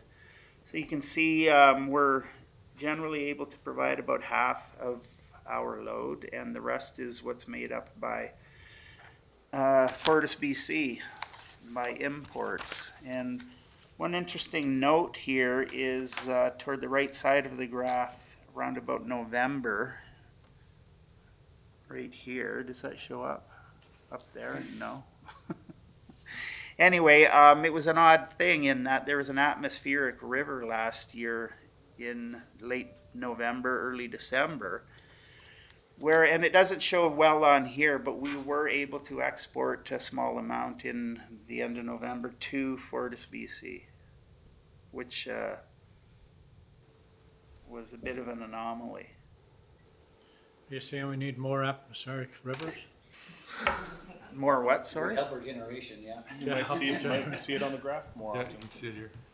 That's Yeah, a more rubber. atmospheric rivers. Well, as you know, the freshet is always good news for us. Keep plowing though. So as I looking at this graph, I was kind of like, well, it's interesting because Nelson has been densifying and growing, but I don't necessarily see a correlation to the extra. I think there's an extra at least 1,000 people here over the last couple of years. Just wondering about those impacts. Is that because we have all these new large residentials going in? Is that because things are more efficient in new builds? I would say that's part of it. So yeah, a lot of LED lights and things of that nature. And I'm going to throw it to you in a minute, but we do have a forecasting tool, and the forecasting tool, the numbers we were using were probably larger. Well, not probably, they were larger than what we're actually seeing. So we are looking at what we need to enter incrementally year on year to assist us. But did you want to speak to any of that? I mean, the load growth has not been. Yeah, I think the load growth is relatively small compared to the population growth of the community, and I attribute that difference from the demand side management efforts and the work that the Climate and Energy Group is doing. People are generally more aware, and as Neil said, LED lighting and other energy efficient appliances and things like that are having an impact as a result. So that's a good news story from our perspective, and we've worked with FortisBC in terms of tracking those kinds of things for our load forecast, and it seems to be much lower than what we would see, what we would expect if there was just the same change. I think smaller houses and things like that too are probably a factor. Yeah, just as a supplemental, I would have assumed this trend line would have been slowly rising. I think 5 years is too short of a time frame. Too short. To see that. Okay. 20 years maybe. You could probably pick it up. Okay, thank you. Okay, so moving on to something near and dear to all of our hearts, vegetation management. So I'll speak to the 5-year vegetation management plan. So it is a living plan, obviously, so we need to respond to, organic, biological levels. And the plan is reviewed and updated annually, and we get quite a few customer inquiries letting us know that there's danger trees or other vegetation growing into our system. So we have a tool that we use to record all of our vegetation management issues in. It's called Fulcrum. Am I on time? So I'll get back to the Fulcrum, but here is the current vegetation management plan. You can see that for 2022. We budgeted $850,000, and we usually or always identify a major area of focus. And that's, this year it was the North Shore. So we've typically always had trouble with the North Shore in that it's our largest area, and it's a temperate rainforest. So thankfully we've not had any major storms this year, but notionally, and looking at our reliability numbers, I would say, and I think most would agree with me, that we are seeing some real benefit for the money we're investing in our vegetation management plan. So what you see here is we've got another increase into 2023, and our current thoughts are that by that time we should have reached the point where we could likely diminish our budget a certain amount so that it would be more of a sustainment budget rather than a lot of new trimming and a lot of new clearing. Neil, how are you making out with the private landowners? A lot of the outages we've had over the last number of years have been on vegetation on private property. Has come down. Well, I wouldn't say it's 50-50, but some people are more challenging to deal with than others. Yeah. But I would say the majority of customers are now phoning us and asking us, hey, I've noticed this. I know it's on my land, but what can Nelson Hydro do to ensure that this doesn't cause an outage? So within our best management practices, what we have is a consent agreement. So generally, it's when Nelson Hydro identify a danger tree on private property, we would approach these people, the property owner, and have a conversation with them and suggest that this is a real hazard to reliability and potentially safety. So we go through that with them and discuss the options. And in a lot of cases, or in some cases, Nelson Hydro would offer, at this time it's on your property, but because it could cause a loss of reliability or an interruption to a large number of customers, Nelson Hydro at this time would remove it at our cost, and we would have them sign a consent agreement to just to document the process. So I think people are becoming more aware of the need for vegetation management, and we're receiving a lot more kudos than the other, so it's good news. Thank you. Councillor Lochtenberg. Neil, so the green zone in 2022 includes the city of Nelson, and how does this fit with the tree cutting we've been doing around the city on some of the legacy deciduous trees, like because it's outside the green zone? I know some of the cutting we've been doing is definitely into the red. Yeah, so the legacy trees within the City of Nelson vegetation management, is it a policy? That's a plan. Yeah, it's a There is plan. a city policy, but we follow their plan. Yeah, the actual legacy trees, it's a fairly narrow definition of, it's a couple of neighborhoods downtown. But that being said, we do recognize that people living close to these trees on our rights of way are very attached to them. They provide sound buffers, shade, all of these things. And generally when they phone in, I have a conversation with them and identify the need for safety. So there is a large safety component if these trees are growing into the primary, because it could fall to the ground. And I don't know if people heard, but some months ago there was a lightning strike right in front of the White House in Washington, D.C., and there's 3 or 4 people perished as a result of it. And it's a very similar situation to these trees growing into the primary.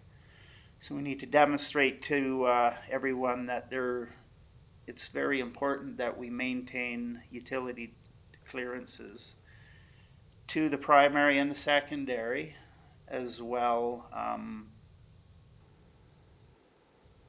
to ensure that we get the biggest bang for our vegetation management dollar. If we have a statutory right-of-way there, it's sometimes best that we trim it right to the ground rather than continually trim it, just the top portions of it, to utility standards on a more frequent basis. So, and there's also a social component as well. People are responsible not only for themselves, but also the neighbors in general to deliver the hydro to the community. Definitely, and this happens all over our service area. It happens more frequently in the city proper, of course, but these are conversations we have with the customers, with Scott and Public Works. Yeah, we do consider all of the options and do let the customers know in close proximity what our plans are. So maybe I'll just add to that. So certainly, you know, we all recognize that it's sensitive and there's different values we're trying to achieve here. Obviously, safety is the number one. We have to make sure, you know, people are safe, our workers are safe. Certainly, you know, we have a whole climate change plan where, you know, obviously trees are important, are just the, you know, we attract people to our community because of, you know, our big deciduous trees as well. So we recognize there's a number of competing values here. You know, Nelson Hydro has done an excellent job of updating and developing, you know, their plan on vegetation management.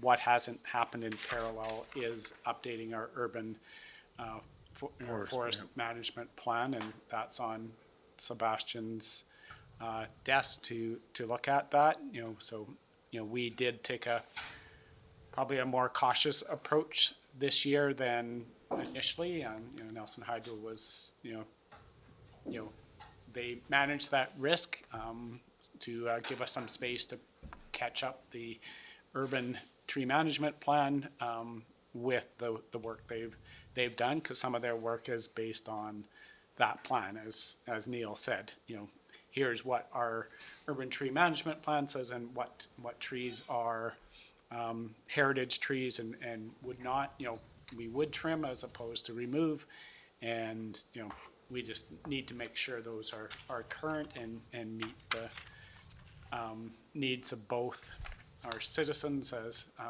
and our other values, and also meets the safety and other aspects of the utility. And you know, what does that look like if we're gonna you know, want to keep trees for other values? Does that cost? Do we pass that cost on to Nelson Hydro, or does the city taxpayer pick up some of that cost? Because it's actually, they would remove that tree. We say, no, you trim it every, 3 years. So, you know, we just have to have those type of policy discussions of what that looks like, and create that fairness and balance all those interests. Mm-hmm. And is it possible within that framework to have, if the tree is on your property, even though Nelson Hydro has every right to manage that tree, could we pass the cost of managing that tree if otherwise we'd cut it down, take it away, and they say, don't do this, we'll pay whatever we need to pay to keep this tree? Can we include that in our policy where you pass that cost on, or is that? I think most of the trees we're dealing with are on our own boulevards, right there. Yeah, I would say 99% of the trees we deal with are on our statutory rights of way. Okay. And what I relate to any customers who contact me is Nelson Hydro, the city of Nelson, is not going to absolve ourselves of our responsibility to provide a safe utility. And when we enter into a statutory right-of-way agreement, it's incumbent on us to ensure that we manage it properly.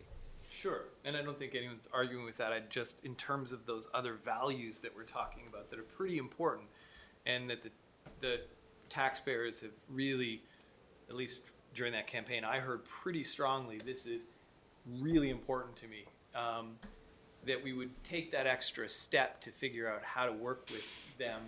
Yeah, and those are the conversations that Kevin was speaking to, in that there is a social value to trees. Yeah. And if the city and Nelson Hydro are willing to accept and recognize that social value, then rather than getting the best bang for the buck and cutting it to the ground, then we would agree, okay, there's a significant social value to this tree or this group of trees, and we would agree that we're just going to trim it to utility standards. Great. Okay. Yeah. Make good firewood too. Well, and it's also important to know that all those large deciduous trees were planted very similar to the time. They're coming to, in an urban forest, they have a life. And we've reached that life in many of those trees. So regardless if there was a power line or not a power line there, we have to, we're having to renew that urban forest, and it's inevitable that some of those trees are going to be removed, and we need to plant if they're near a power line, we need to plant the right species there, and plant on the other side of the street. Or we've even looked at would we incent the homeowner to plant that tree actually in their own property and manage that that tree themselves. Yeah, sure. So one thing may I? Yeah, oh yeah.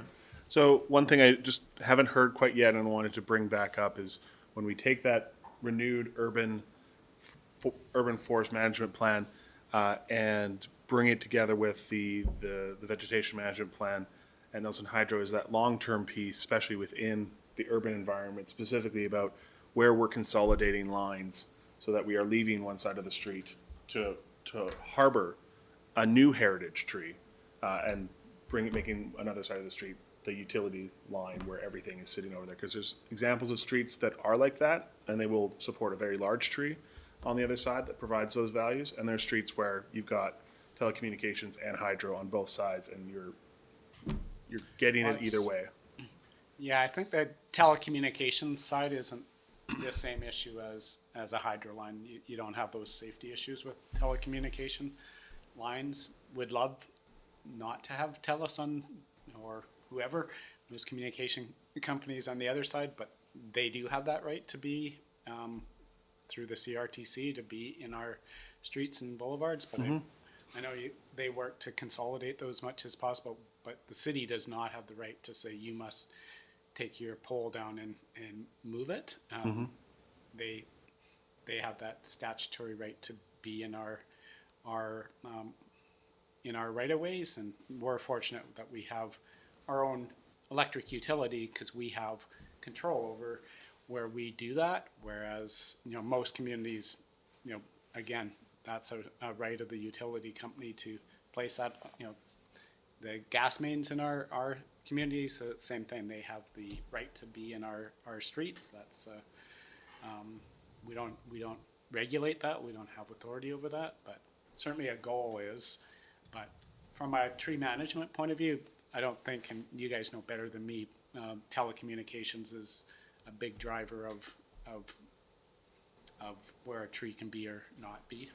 Speaking with TELUS, their policies basically, if a tree's taken down the line, they'll cut it off, or if they have to do any work on a line, they'll trim around it. But otherwise, they are not concerned about tree contacts. So you'll see a lot, and we receive a lot of calls from customers saying, hey, there's trees touching the power line, and when we actually investigate, it's a TELUS or customer communications line. So they're treated differently, and unfortunately it's part of educating the public on which is which sometimes, but yeah, there's, as Kevin said, there's nothing really we can do where TELUS currently is, but we are working with them to for future as they're growing, try and consolidate and make sure joint use agreements are up to date.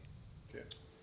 So in our landscape bylaw, we have some regulations around, I don't know how much teeth they have, but suggestions about planting at your house, etc. And I made this mistake myself.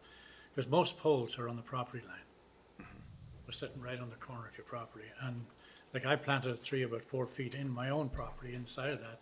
And annually I got to keep it down so it's not getting up to the wires. And I do that myself. But I mean, if there was a gas line going in there, I wouldn't get permission to plant it. I couldn't plant on top of it for this gas line going onto my property. But I can plant underneath a power line without any conversation happening. And maybe that's something that, especially in new builds, that the building inspector needs to be laying out or we need to be able to talk with the homeowner, about vegetation plan for, if you decide to plant a tree here, here's where it should be planted. And here's the setback that's necessary. Otherwise, you can expect us to come in here and whack it off at the bottom or maybe halfway up going forward. So is that something we could potentially look at? That when Bruce goes up there to inspect if the stairs are in the right place, maybe he's saying, here's your plan for your vegetation, or if you are planning, here's the setback requirements, because if the Fortis gas line's going into my house or a water line, I shouldn't be planting a tree on top of that. Shouldn't. That's underground. Yeah, because- shouldn't is the key word. But the problem with the hydro one is that's a visible one, right? So, the community sees that tree growing up and think, oh, that's a beautiful tree, but it's impacting utility just the same as one going in the ground that's over a water line, sewer line, or a Fortis gas line. So I think it's something that we could bring up with development services and see if there's, an opportunity there to have them support us in our vegetation management program. Yeah.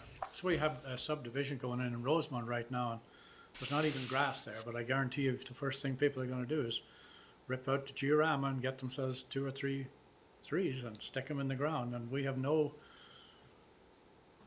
say whatsoever on that, even though it's gonna impact the greater good of the community going forward, potentially. So there are, our bylaws require you to, to keep the growth of it away from that service line coming into your property. There's whatever distances, right?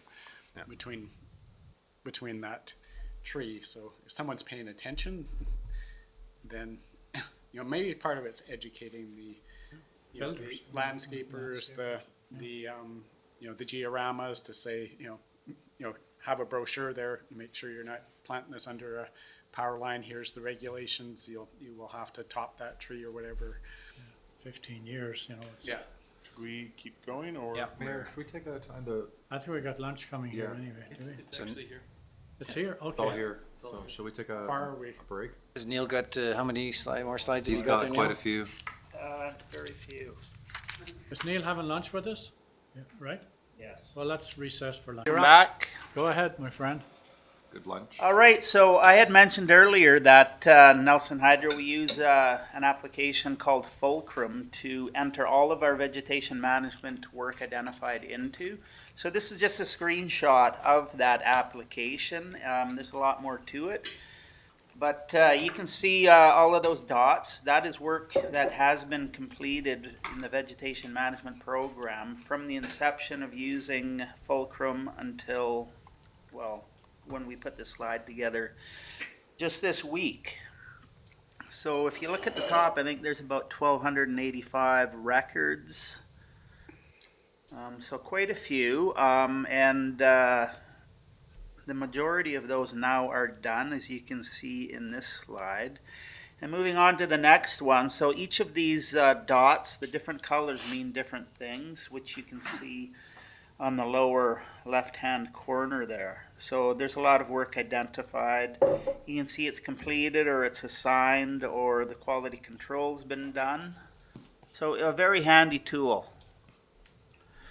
And then moving on to the power plant. So some of the initiatives we've got going on immediately are the G5 turbine major. So the picture in the lower center there, you can see that's the actual turbine runner. It's a Kaplan runner, variable pitch blades.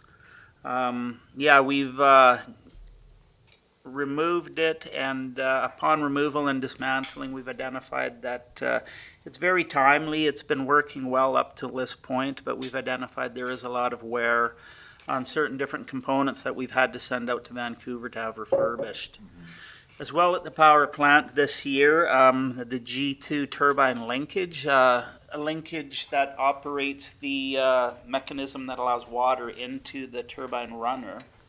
It broke, so that left only one linkage remaining. So it was very important that we pulled that out, had it remanufactured and reinstalled.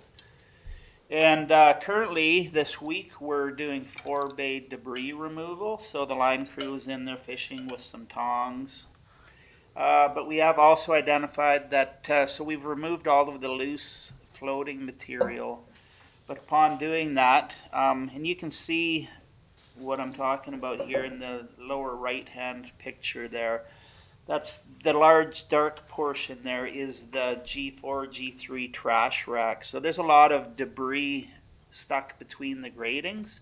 So we've scheduled it out of the plant out of service on November 2nd, and we're going to have divers go in and remove it because it's come to a point where it's restricting some of the water getting to those two turbines, and it's diminished the output of the plant. And then as far as lines, I mentioned it earlier, the 2022 test and treat is complete. And as part of that, we've identified a number of poles that need to be replaced. As well, the North Shore Volt VAR optimization, that's a bit of a misnomer in that it is now called the conservative voltage reduction. And this was part of our peak shaving strategy is we're going to use a small portion of the system on the North Shore to the east of 6 Mile Substation to the open points at Redfish and Proctor Harrop Road.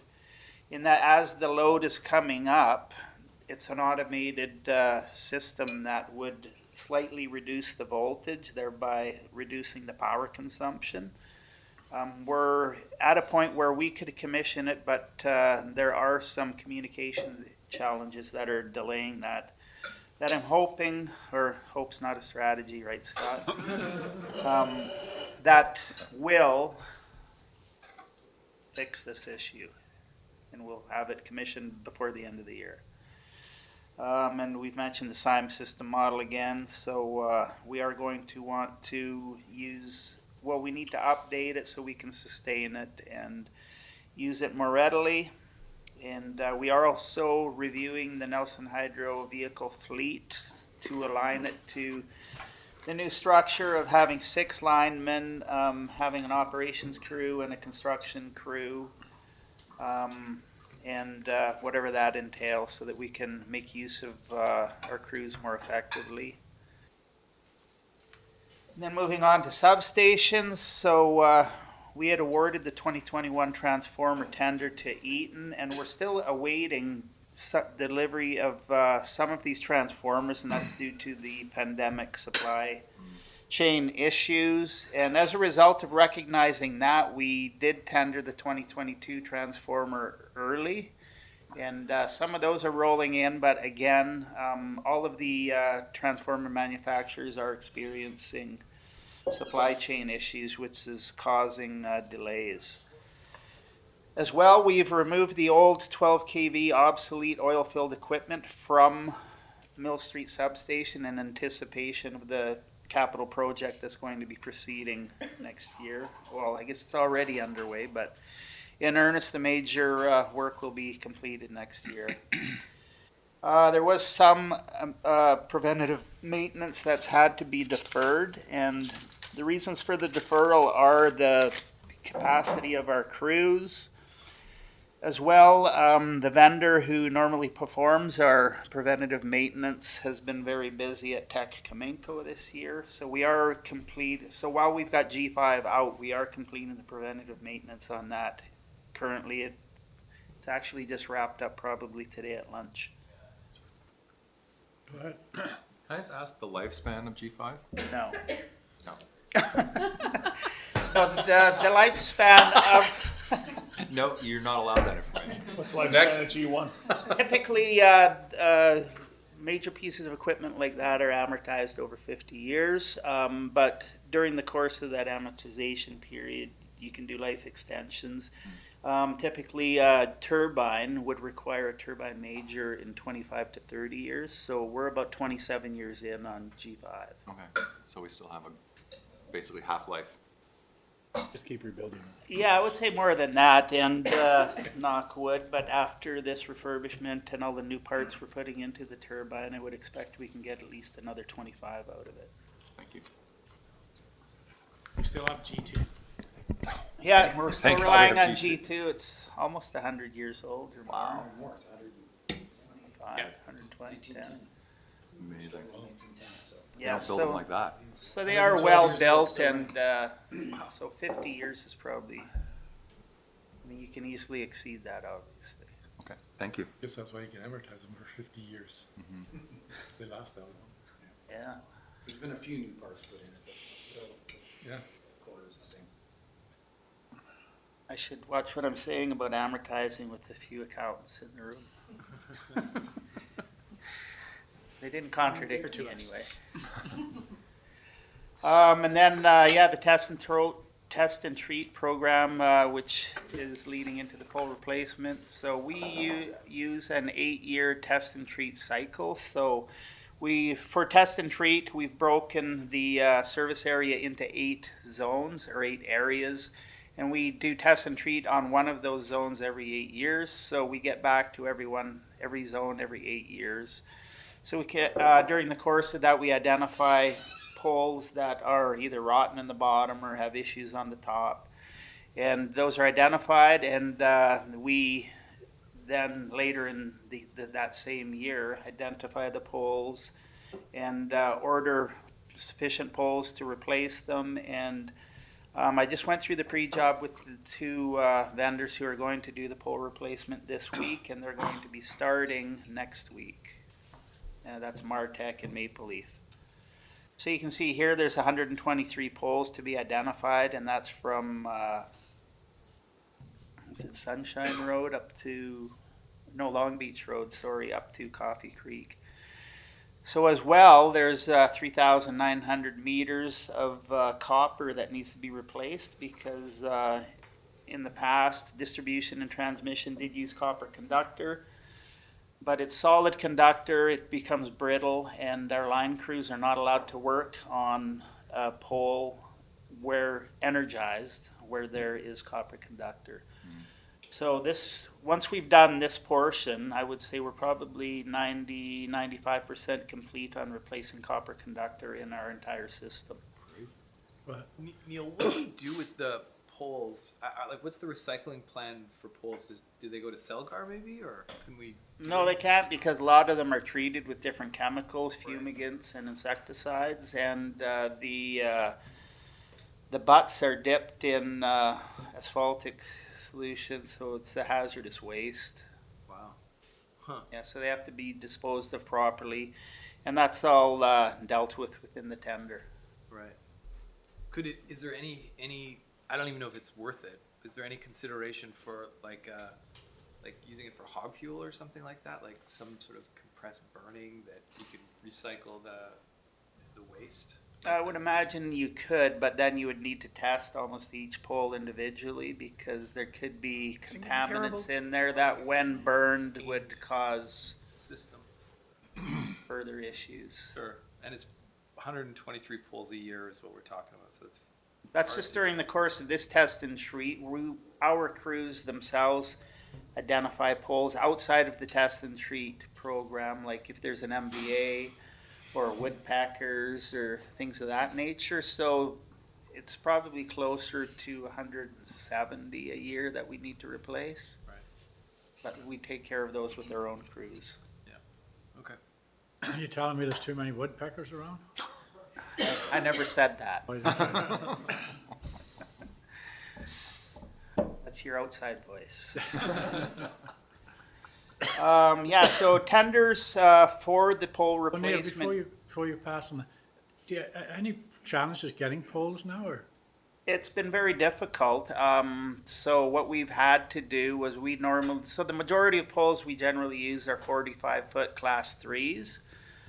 So that means there's a bit of a bend in them potentially, and the butts are smaller diameter, But as a result of the shortage, the supply chain issue due to the pandemic and other issues, what we've had to do is we've had to accept 45-foot class 1 poles, which are a higher class. They can withstand greater loading, but with that comes an attendant increase in cost.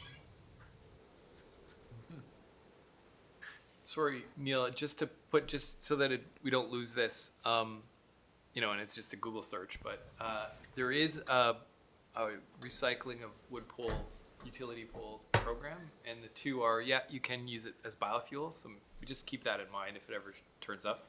The second is that they're often used for other like parks, farms, landscaping uses, because some of the preservatives. Is that in the U.S.? Yeah. Somewhere? No, Texas. no, it's a nonprofit that leads on wood poles. Anyways, just not to do anything about it, but just to keep it in mind if something. Oh, for sure, yeah. Yeah, we'd like to give them a second life to keep them out of the landfill or wherever they go, but. Yeah, we just have to be careful of what we do with that waste. We've had situations in the past where people have volunteered to take this material and created a hazardous waste on their property and then have come back to us and said, hey, we have your hazardous waste on our property. You need to remove it. So they have to follow the regs, but that's good information. Yeah. That's right. You cannot readily transfer that liability without a lot of legal assistance, I'll say. Yeah, makes sense. Okay, so the pole replacement tenders did come in significantly over budget due to pressures of the pandemic and other things.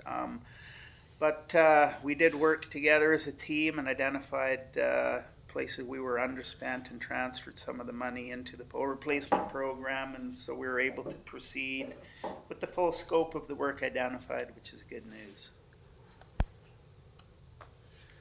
And then moving on into major storm expense. So you can see that 2015 was an exceptional year, and then from 2017 on to 2021, there was an escalation in the volatility of storms. And happily, this year, we're seeing much less storms, and as a result, less storm response and less damage to our system and greater reliability. John? Councillor Woodward. I'm just wondering, like, you know, we're working on this idea of a storm budget, and like here's an example this year that, you know, we would if we were socking away money, it didn't spend it, would it then fold over until the next year, or would you have a cap on the reserve? So there is a storm reserve. I might let Scott speak to I will that. talk about that later. Okay. Covered. Okay. Yeah, I just was wondering. Okay, yeah, we will get to that, Okay, or Scott will. thank you.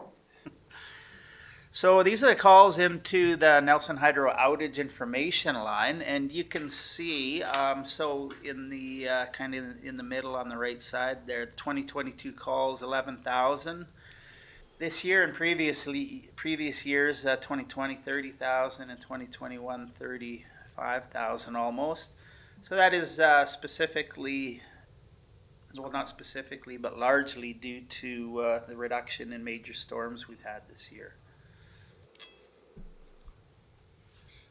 And if I could, I'll just put a plug in too. I think that we've done a better job of putting more information on the hydro information line, as well as getting information out to the public whenever there has been a storm. So when people are calling, they're calling for shorter periods of time, and they're calling for only once instead of, you know, calling back over and over again. Very good point, Scott.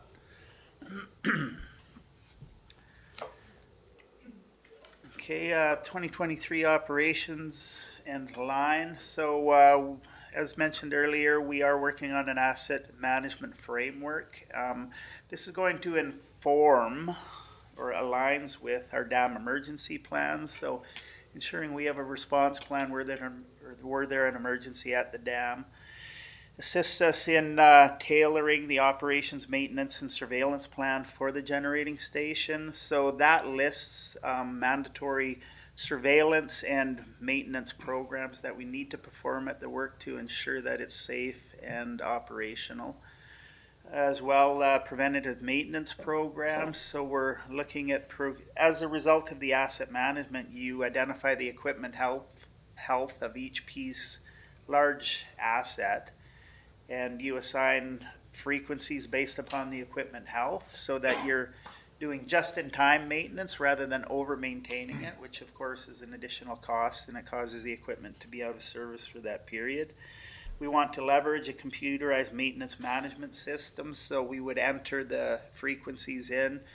And once all that information is in the CMMS, we can use it as a work management tool, so you can predict in 2023, 2024, what work you need to do on every little piece of equipment, and then you can schedule it per month and per employee. So it's going to be a great assistance to us that way. As well, this stuff contributes to our equipment health rating, which we have within each major piece of equipment has a asset management plan associated with it. And that informs us as to what the capital program, replacement program for that major asset is going forward. And this is all based upon reliability-centered maintenance, which flowed out of the automotive and aircraft industries and has proven very beneficial. We're going to continue to refine our Nelson Hydro outage response plan process. It's a living document that assists us in how we respond to outages, how we inform our customers when there's going to be an outage, and ensuring that they know as much as possible to assist them in planning around an outage when there needs to be one. And also, we're going to deliver the Bonington G5 turbine major betterment. And with that, Good job. round of applause. That's the halfway point. Good job, Neil, as usual. Any further? Nowhere to go. Okay, who's up? It says right here. Thank Thanks, you. Jillian. Thank you very much. Good work.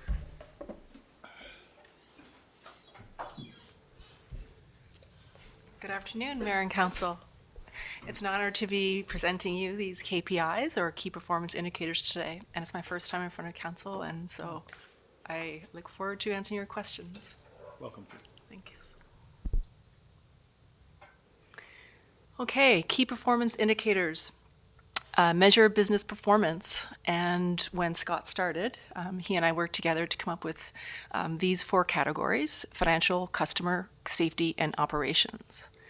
On the financial side, we're just looking at how we're tracking to budget.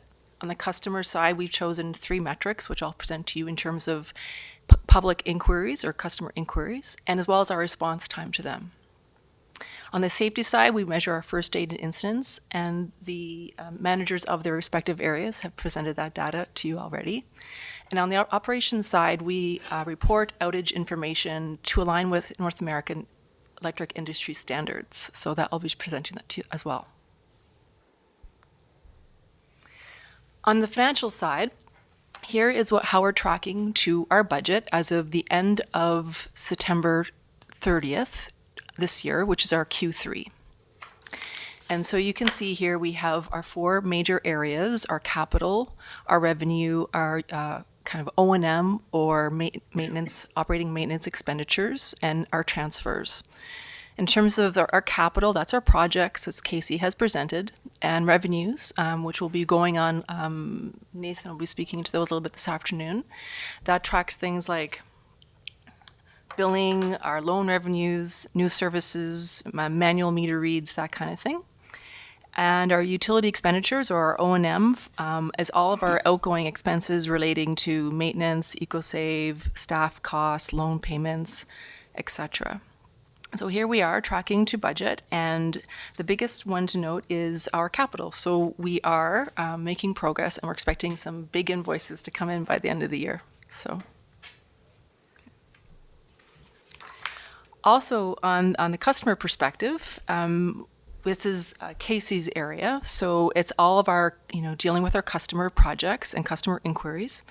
And on terms of the customer inquiries by type, we have all the new service questions. We disconnect and reconnect. we upgrade their electrical services when they have renovations or something like that.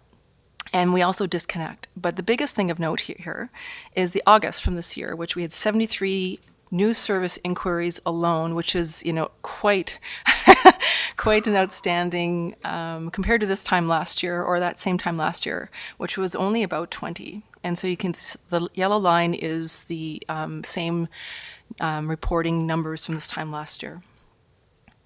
On our measuring our own response rate side, we measure in 3 areas in terms of customer inquiry. So how we respond to customer inquiries, and our target is 10 days on average.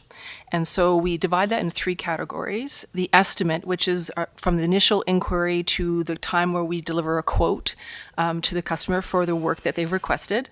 The release is the word we use to when they've paid or we have some sort of package signed and it's ready to go for work. And then the last one, which is our own kind of the one we have complete control over, which is when the work package of what needs to be done is created, the work orders and delivered has been given to the line crew, and they are actually going out to do the work. And so in most cases, we've met all of our targets, both on the estimates, release, and complete.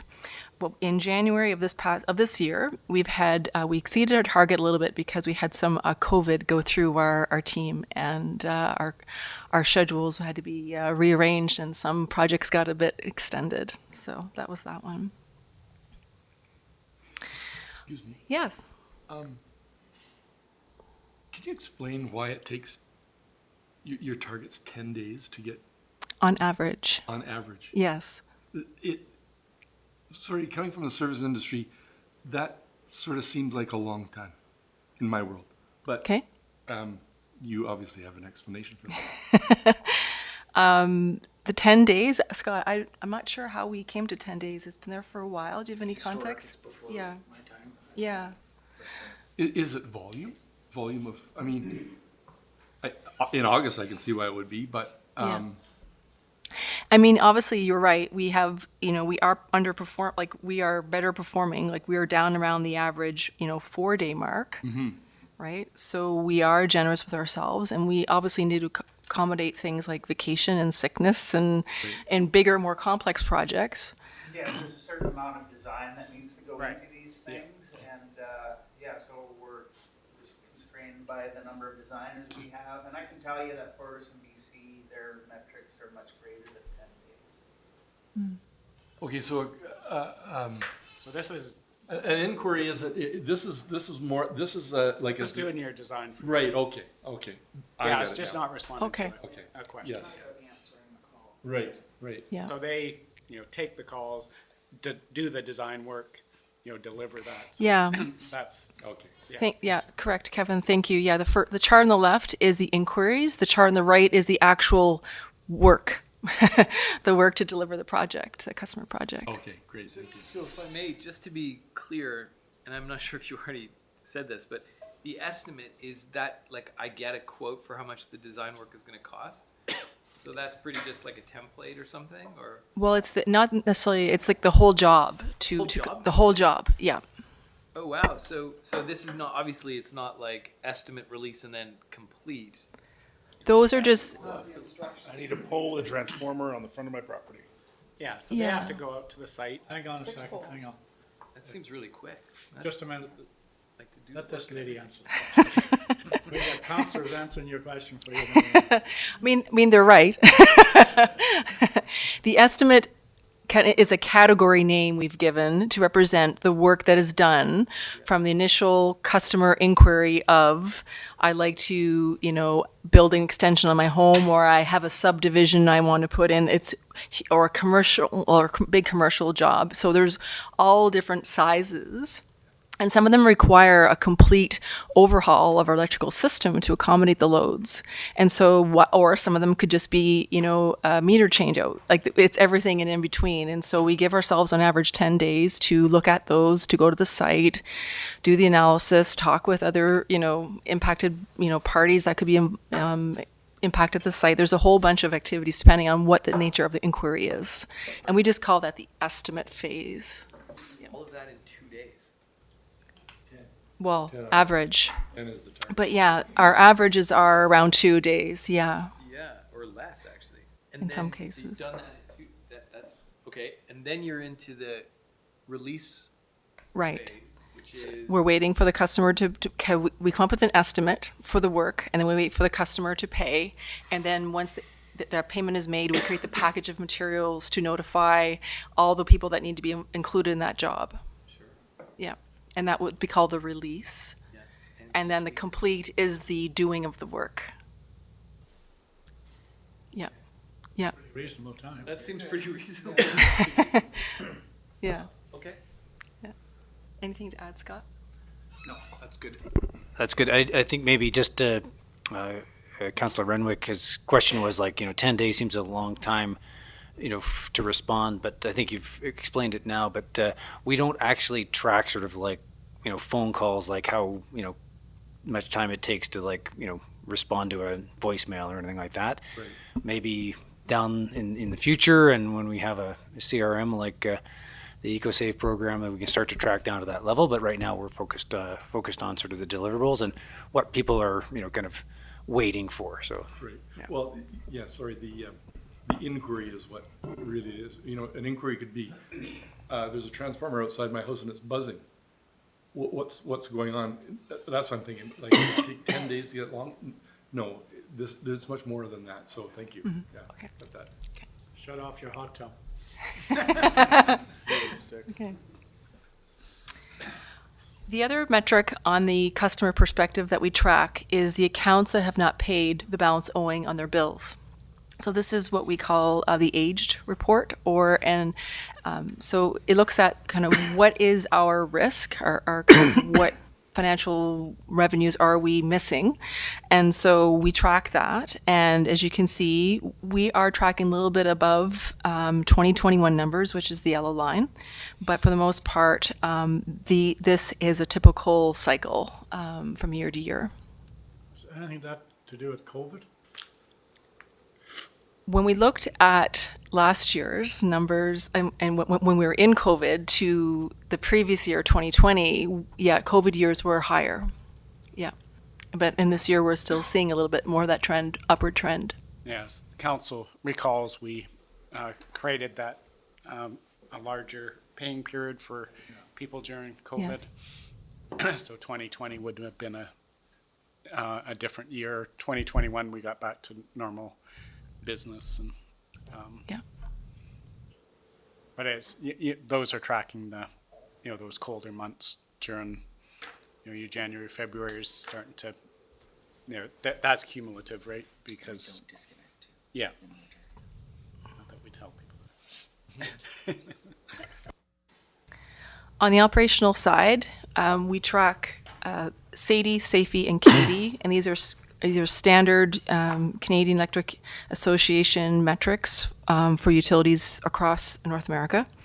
And SAIDI represents the duration of the outage or the interruption. SAFE, or the F, is the frequency of how often that occurs. And KD is the average interruption in hours. So a good way to look at KD is how long it takes us to kind of restore or repair that service. And so this is 2022, and I've kind of labeled the peaks as to what was happening and why those numbers were tracking a little bit higher. And so in March, we had a scheduled outage, and I do believe, and Neil can correct me if I'm wrong, that it was not planned to be that long. It was a North Shore outage, and it was they found some copper, and it was more complicated and took longer than they thought. So that was that one. April outage, April 4th, was a loss of supply from Fortis. We had Fortis only had less than a second outage on their side because it was a trip. But on our side, because we didn't reclose automatically, it was a 2-hour outage on our side to restore and sectionalize all our line and bring everything up gradually to restore everything to normal levels. And in June, that was a tree contact, and that I think was the North Shore. I can't recall the specifics on that one, but that was the that was an outage from a customer perspective. So, and that was, I think, maybe a primary, secondary, kind of a bigger area impacted. Yeah, customer dropped a tree on our three-phase. Oh, okay, that was what it was. Yeah. It was Jesse, wasn't it? Right around 3 mile, actually. I thought I knew how to use a chainsaw, but The tree came down. Yeah. That power line will hold up. Yeah. should make it. Just roll off the side. Continuing on the operational side, you've seen a lot of small print around on these slides saying that does not include major events. Well, major events is any outage that affects more than 25% of our customer base and is longer than 110 minutes. And so that is calculated annually. It is guided by standard bodies that oversee electric utility outage statistics. So that is a formula that is used by all utilities, BC Hydro, Fortis BC, that kind of thing. And for us, we look at our own data to figure out what metric is reasonable. And so we plunk in the numbers, and that's what it is for this year. This year we have, in 2022, have not had a major event as defined yet. So, but anyway, when we do reporting, we do indicate that we are not including these metrics because it's usually those things that are way out of control of the utility and are unpredictable and very damaging in large scale. Okay. So in terms of outages by cause, on the left side, the pie chart, the top three causes for this year so far: tree contacts, loss of supply, and scheduled outage. And that kind of aligns back to the last slide where we had those peaks in our data. On the index of reliability, or the SI, as it's also known as, we are trending upwards. And if you look at as of Q3, September 30th, we are almost in line with the CEA standard, the Canadian Electric Association standard of what all other utilities across Canada are reporting in terms of their numbers. So this has been great. This has been a big part as a result of the vegetation management work that Neil and his crews have been working on. So that's fantastic. Yes. First of all, I think people need to look at the scale of that table. We're Yes. talking the difference between Yes. 99.75 Yes. and 99.95%. Yes. So we're talking 0.2 of a percent. Yes. So Yeah. when you look at the ups and downs, it's like fractions of Yes. of Thank you, Kevin, for percentages, pointing right? that out. And the other thing is, I think BC Hydro publishes by region, and I recall looking at the Slocan Valley or one of their areas, and we were significantly better than their outage. So we're comparing against, across North America, I guess, and, large Yeah. cities that have Yeah. all their infrastructure underground and all those sorts of things, and we're in a temperate Rainforest. Yeah. and we're achieving similar results. So I think it's really important to context this and how well we actually are doing. 'Cause we have very few of our lines that are in the ground. Even where was I a little while ago, that just in Calsco where my son's living, and they're all underground there, and most of ours are overhead and long distances. Yeah, thanks, Kevin. That's great to explain that. And the other thing I forgot to mention was in the pie chart, loss of supply, 27%. I have a figure there. For 2021, that same metric was 46%. So again, another good sign that vegetation management is working. And we've been working closely with Fortis BC on our joint reliability improvement project. And I do believe Scott's going to be presenting some of that information later on in terms of those outcomes of that project and how that we've seen the benefits of that as well. Julian? Yes. Sorry, foreign interference, I'm assuming, is squirrels and crows and things. It's not the Russians, right? Correct. Okay. Yeah, foreign interference is typically something that utility does not have control over. Okay. Yeah. Thank you. Yeah, like a motor vehicle accident, like an MVA, for example. Yeah. Yeah. So Jillian, just going back to your customer perspective, total amount overdue by month. Yep. The question was raised about what does this look like? And I mean, we've got 2022 and 2021. Yep. But perhaps the next time, because we do track this, perhaps the next time you show us, I hate busy graphs, but we could maybe look at what it's looked like over 5 years, so we can Okay. capture the COVID, and considering that 2023 is looking like an economically different time, that'd be just nice to have that, like 5 years is a better look, so we can see what was before, what happened during, what's going on now, and seeing if we're having a trend in terms of whether or not people are being able to actually afford their utility bills. So just to capture that, I don't want 10 years or 15 years, but I think we can all manage maybe 5 lines. Perfect. Great suggestion. Thank you. So on the pie chart that you had up, it's interesting. So scheduled outages would be something we'd control Yes. for the most part. Yes. And something that you'd have just ongoing maintenance or whatever. Loss of supply could be a combination of us or Fortis, It was mostly just Fortis. Yes. mainly Fortis. Yes. Oh, I see, okay, Yes. so we're not factored into the supply. No. So then, when would we be factored into supply? Well, the human element is like a staff error, for example. But Or it- schedule outage? or schedule outage. Yes. Okay. Yeah. Is that what you mean? So loss of supply then probably should be identified where it's coming from, and that'd be from Fortis, right? Correct. Yes. Yeah. These are all standard Canadian Electric Association definitions for outages. We recently standardized this year to them. So yeah, loss of supply is when you purchase like something coming into your environment from another source. Yeah. Okay. And then what about equipment failure? Would that fit under the same category then?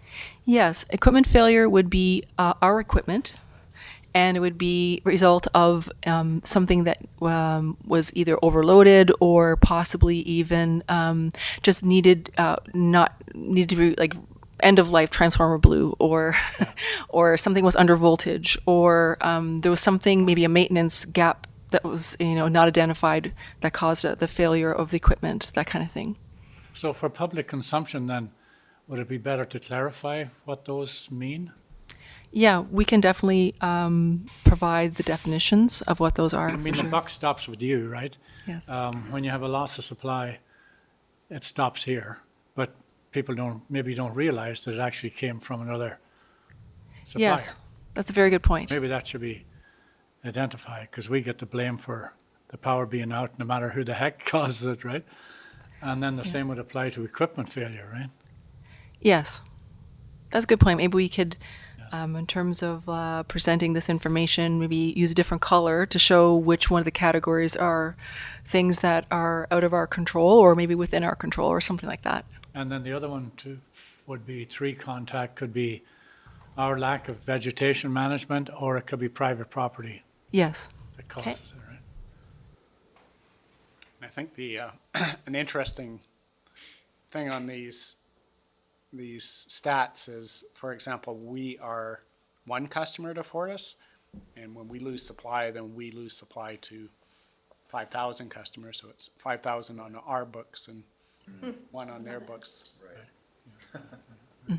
Yep. And with our work we've been working on with Fortis, through the reconciliation, the joint utility project we've been working on, we are now starting to review our outage data around loss of supply to make sure we're in line and we understand where there's gaps and deficiencies, or they've identified something for 1 second. We had 2-hour outage, for example, and so we've been working more closely together with them on that. Yeah, just a comment in terms of sort of overreading into that trend line of over the last 2 years of, hey, we're getting better. And I'm sure we are getting better in terms of better veg management and other things. But when I see only 2 or 3 data points to represent a trend, a caution on that. And like, I can see, given what we've been hearing over the last couple of weeks about, this event that we've had, this drought event, as a sign of wilder fluctuations in weather. So very likely next year we'll have a massive heat dome or massive wind events, and then an atmospheric river, and a lot of this stuff happening across the province at the same time. So I can imagine scenarios where we just get hit really hard unexpectedly, thinking like, oh, things are getting better, when really it might be just an artifact of the weather was a little bit more stable over the last 2 years than it had been, say, 2017, 2018. Just a caution there. Yes, well received, thank you. And that is if those events exceed our tolerances or our thresholds for major events, we usually pull them out because of they're just so, they just skew the data so much. And so this chart and the index of reliabilities does not include those, at least in the more recent years, do not include those major events. So we can look at the data from a reasonable storm, we're trending, but you're right, absolutely right. We need to be cautious, but we consider progress and improvements. Great, thanks.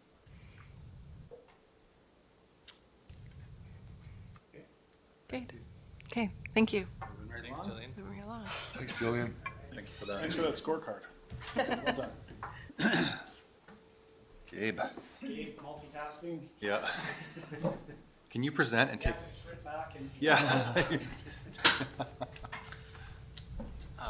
Good afternoon, Mayor and Council. It's my pleasure to be here to speak about the regulatory work that Nelson Hydro has been doing over the past year.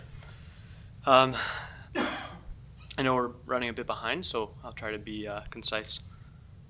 Just so you know, I'm going to talk a little bit about the COSA application, the July decision, and where we're going from there. Then I'll be talking briefly about the 2023 revenue requirements application. Then I'll touch on potentially a future regulatory application, as well as other proceedings that we're participating in at the moment. So, as Council knows, in July, we did receive a order and decision from the BCUC with regards to the cost of service and rate design analysis application that was filed approximately 2 years ago.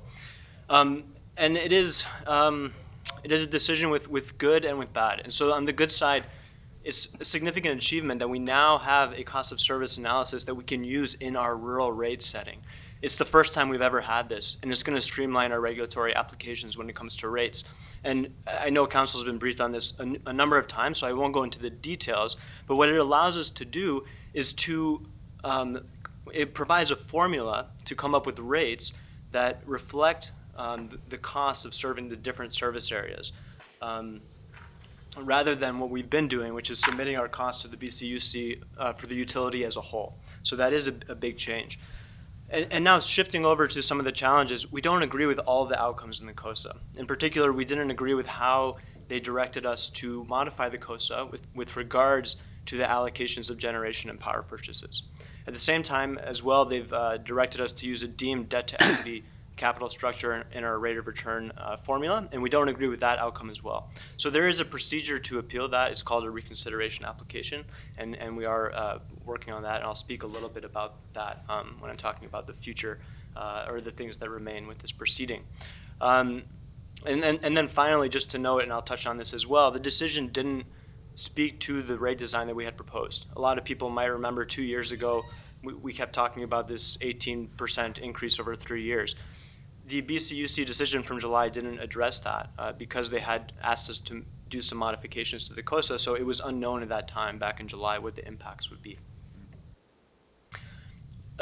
Really quickly as well, typically when we get these decisions from the Utilities Commission, if you go back and if you recall in our application, we kind of summarize some of the principles that have come out of the 2017 decision, the 2018 decision, big principles that we often are able to rely on in terms of our future planning. And so one of the most significant principles that came out of the COSA, the decision in July, is that the utility has come out and explicitly recognized for the first time that postage stamp rates, as some people refer to them, is not something that could be applied to Nelson Hydro's two service areas, that being rural and urban.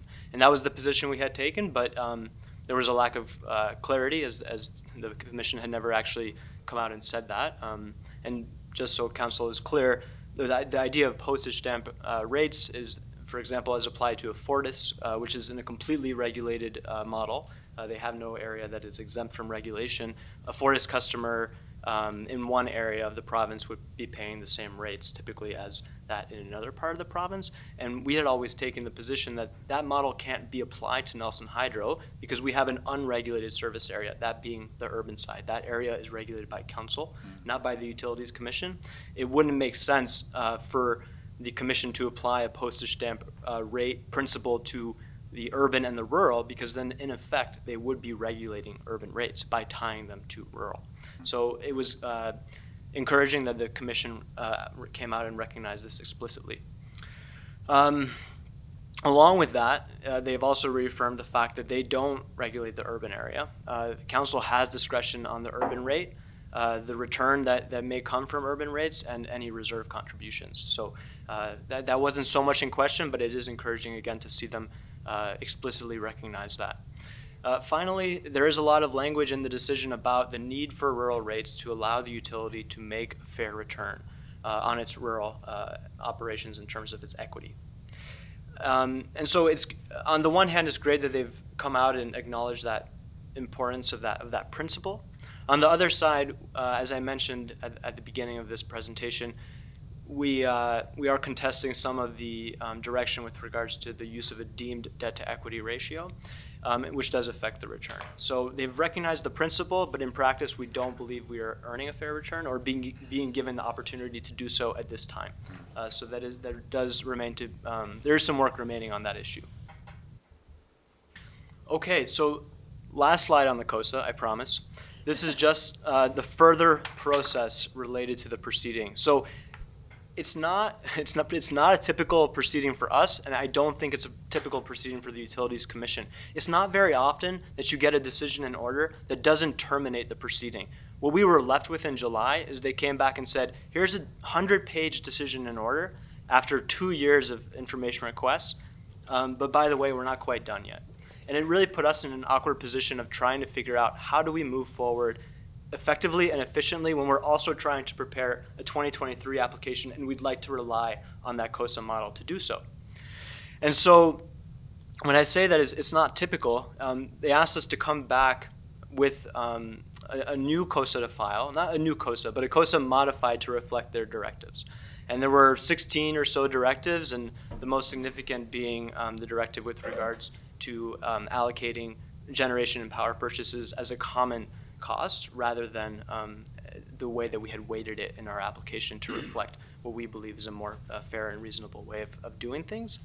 So what we've done to satisfy the decision in order, first was to file the COSA that was modified per their directives. That needed to be a compliance filing. We did do that on October 3rd, and right now they're reviewing it, but we have been speaking with staff, and I think between Scott and I, we're feeling that we've been able to strengthen the BCUC staff to city staff relationships, so that's been good.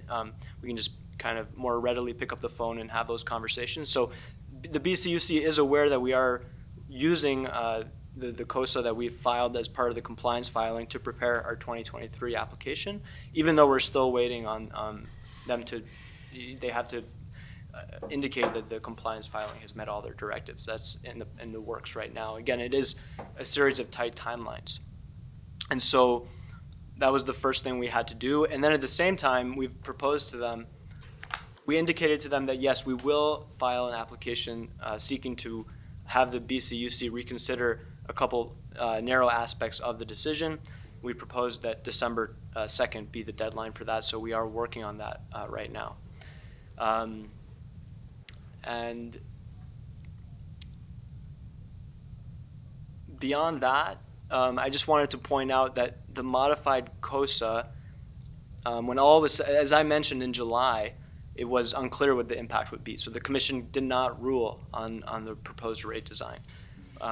We did work with our consultants to adhere to those directives, and it shows that there was no need, there was no support for a rural rate increase based on the 2019 costs that were inputted into the COSA.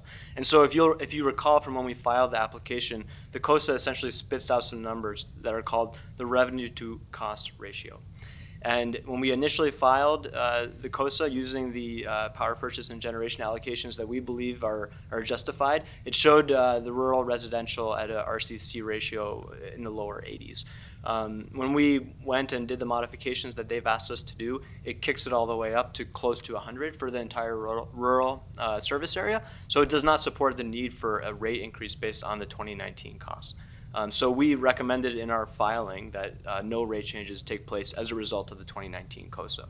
And council might be wondering, well, where does that leave us? What was the point of what we've done over the last 2 years? And I will say that the impact shows up in our 2023 application. Because now, again, as I mentioned at the outset, flipping over to our 2023 application, we have a COSA that has essentially been approved. We're, again, just waiting on that final check on the compliance filing. But by all, we have every reason to believe that we have an approved COSA that we can use in the 2023 application. And what that allows us to do, again, is that although we're still contesting some aspects of the COSA with regards to the generation and power purchases, other costs have increased over the past 3 years, in particular in terms of vegetation management costs. Now, those allocations were approved in terms of how we allocate some of our O&M. And so we're able to push those costs into the COSA. And what it shows is that, for example, this year, we are looking at around a 9.87 rate increase is what we're going to be requesting in our application, and that's supported by the COSA. There's not really that much room to maneuver when you plug all of our budget costs into the COSA, and this is the number that we get, and so it reflects those additional costs that we incur as a result of serving the rural service area. So Gabriel, on that note, this rate increase by far doesn't cover the costs that we've carried for years of. That's correct. So it doesn't account for the shortfall in revenue that this model might indicate we would have been entitled to in 2021 or 2022. That is correct. And part of that is the fact that we needed to get to a place where we had a COSA to support a rate differential. And that's really, again, bringing you back to what is the most significant part of this whole outcome, is that the Commission has recognized that a rate differential is acceptable when it's supported by the COSA. And so although there are those years where we didn't have that model to support a rate differential and we had to essentially eat the cost, going forward we won't have to do that because we have a model that, at least with regards to a number of our costs, or significant costs like vegetation management, those can be properly attributed to these service area that requires that additional cost pressure. Good stuff. So we will be seeking the request that we will be making the request that the Utility Commission reconsider those aspects that we've identified as what we think are based on errors. And so that, again, a question that council may have is, well, how is that going to work? You're going forward for your 2023 application and you're using the COSA that's been approved. At the same time, you're also asking the BCUC to look at issues from that decision that could potentially result in a more favorable COSA outcome for us. And so in speaking with BCUC staff, the way that we can address this is that part of our 2023 revenue requirement application will also ask for a deferral account. And what that deferral account will do is that it will allow us to track those costs that we might be entitled to under a more favorable outcome in the COSA. So we've been working with our consulting group. We have 2, potentially 3 other COSA scenarios, as we've called it, where they've done all the work, right? So we can track the cost of what would the impact be if the BCUC actually approved a different allocation of generation, or what would the revenue be if, for example, they didn't require us to use a deemed debt to equity ratio. And then when the reconsideration application is complete, if it turns out that we were entitled to one of those models, we would have tracked our costs and we would be able to recover them in a future proceeding. So at least going forward, to the extent that there's a shortfall in revenue from the rural area, we are able to track that. We weren't able to do that previously. Dave, can you elaborate on that a little bit more so I can understand the deferral account? So if we're requesting the ability to set aside some money for the uncertainty of what might happen from the BCUC going forward, like on the completion of the coast. Is that my understanding? No. So essentially, for example, right now under the COSA, it says using the COSA that's been approved, when we plug in our 2023 budget costs, we get it spits out a number that says, okay, the rate that is required in the rural area is 9.87% of an increase, right? Whereas, for example, under one of those more favorable COSA outcomes, where if they had accepted our allocations, perhaps it would have been 12% or 13%. Don't quote me on those numbers, but it would have been higher. But because we have the model, we can track what that would be. And we can track those costs through the use of what's called a deferral account. And in the future, if the BCUC agrees, we'd be able to ask for that amount to be included in a future rate increase. Right. Yeah.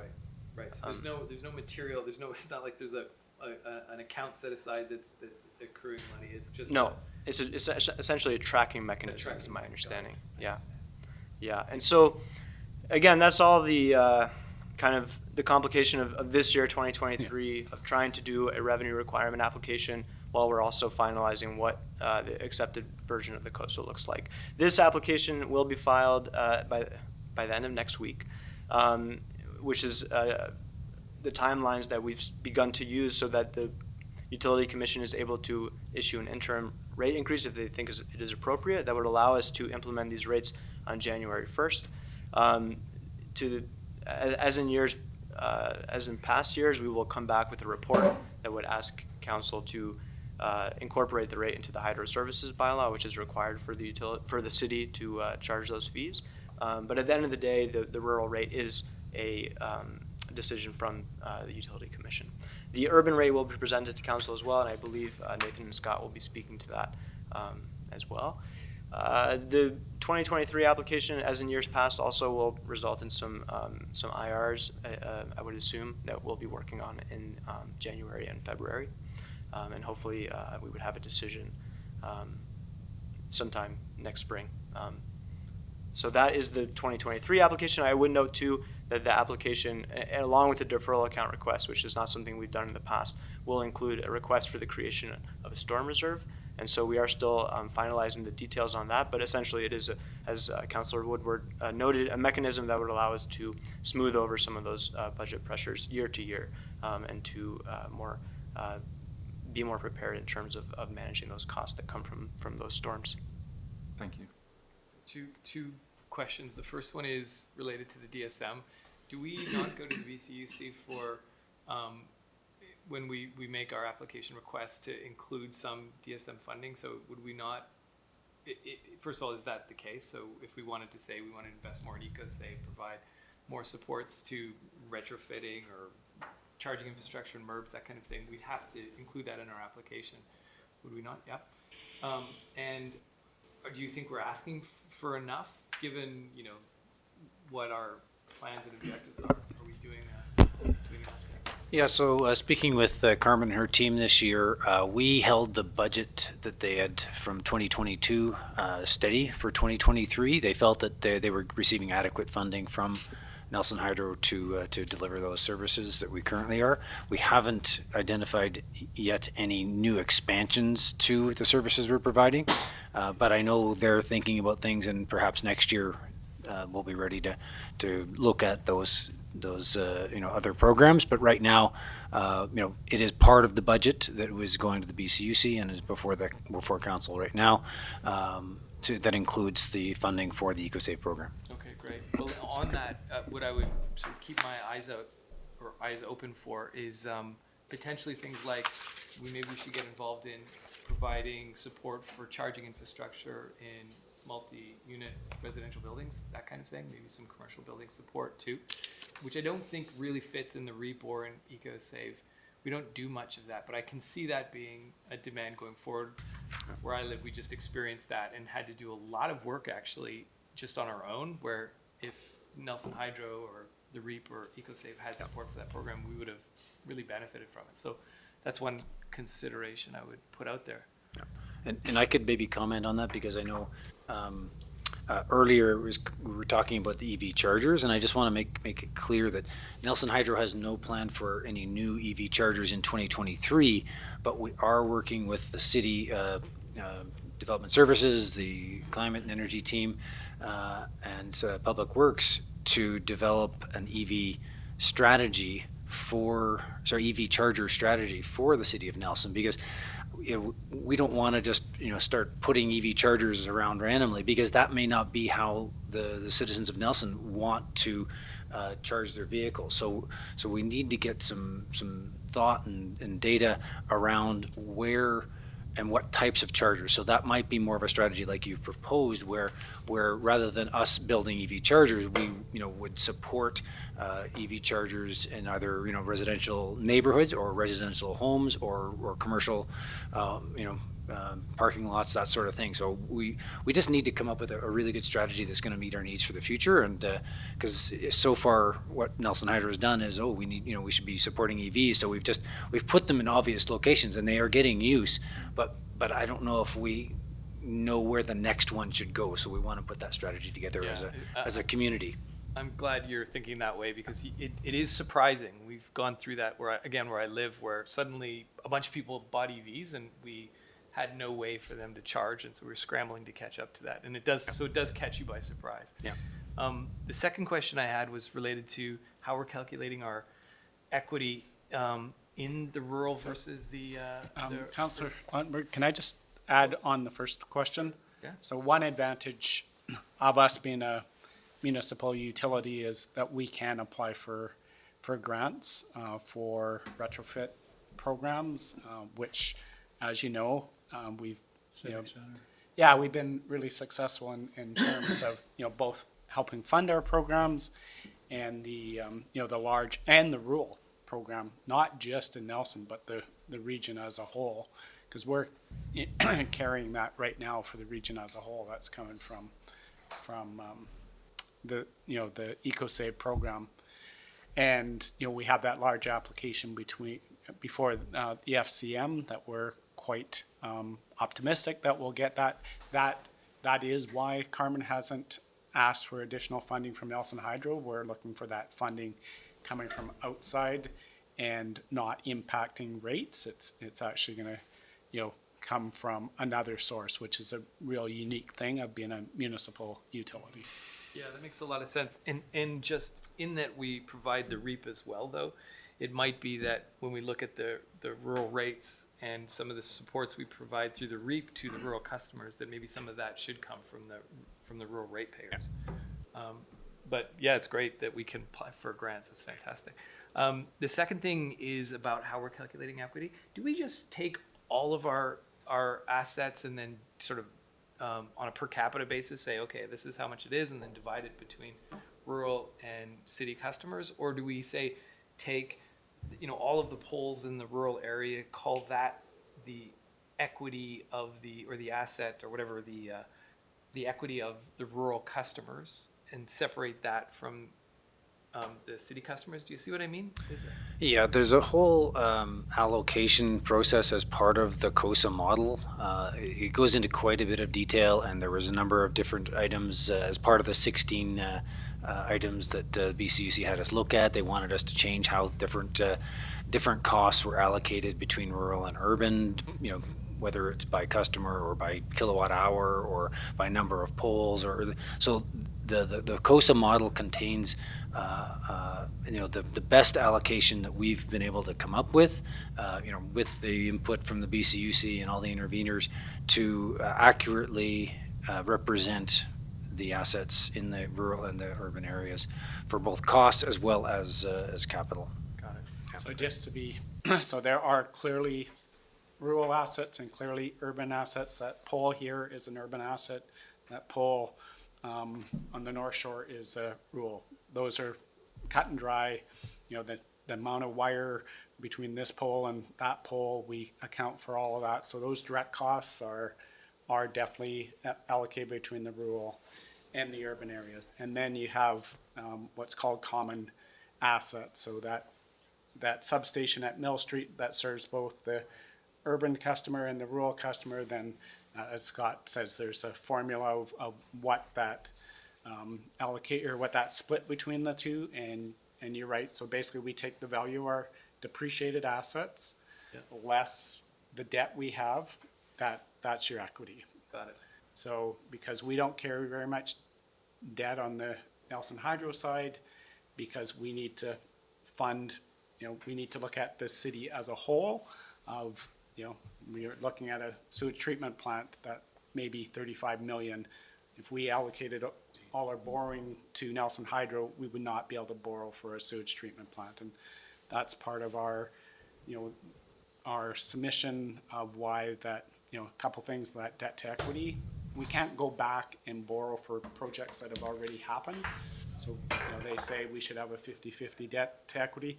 We can't achieve that because we can't go back and borrow from things that have already been built. So that's part of our reconsideration. But as far as that equity portion, yes, we allocate those direct assets. Then there's formulas for common assets, and you deduct your debt off that's the equity portion. Got it. And that's what we get a return on.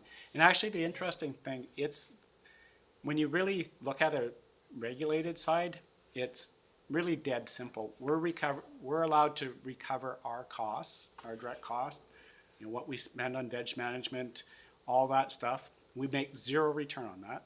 There's no markup on that.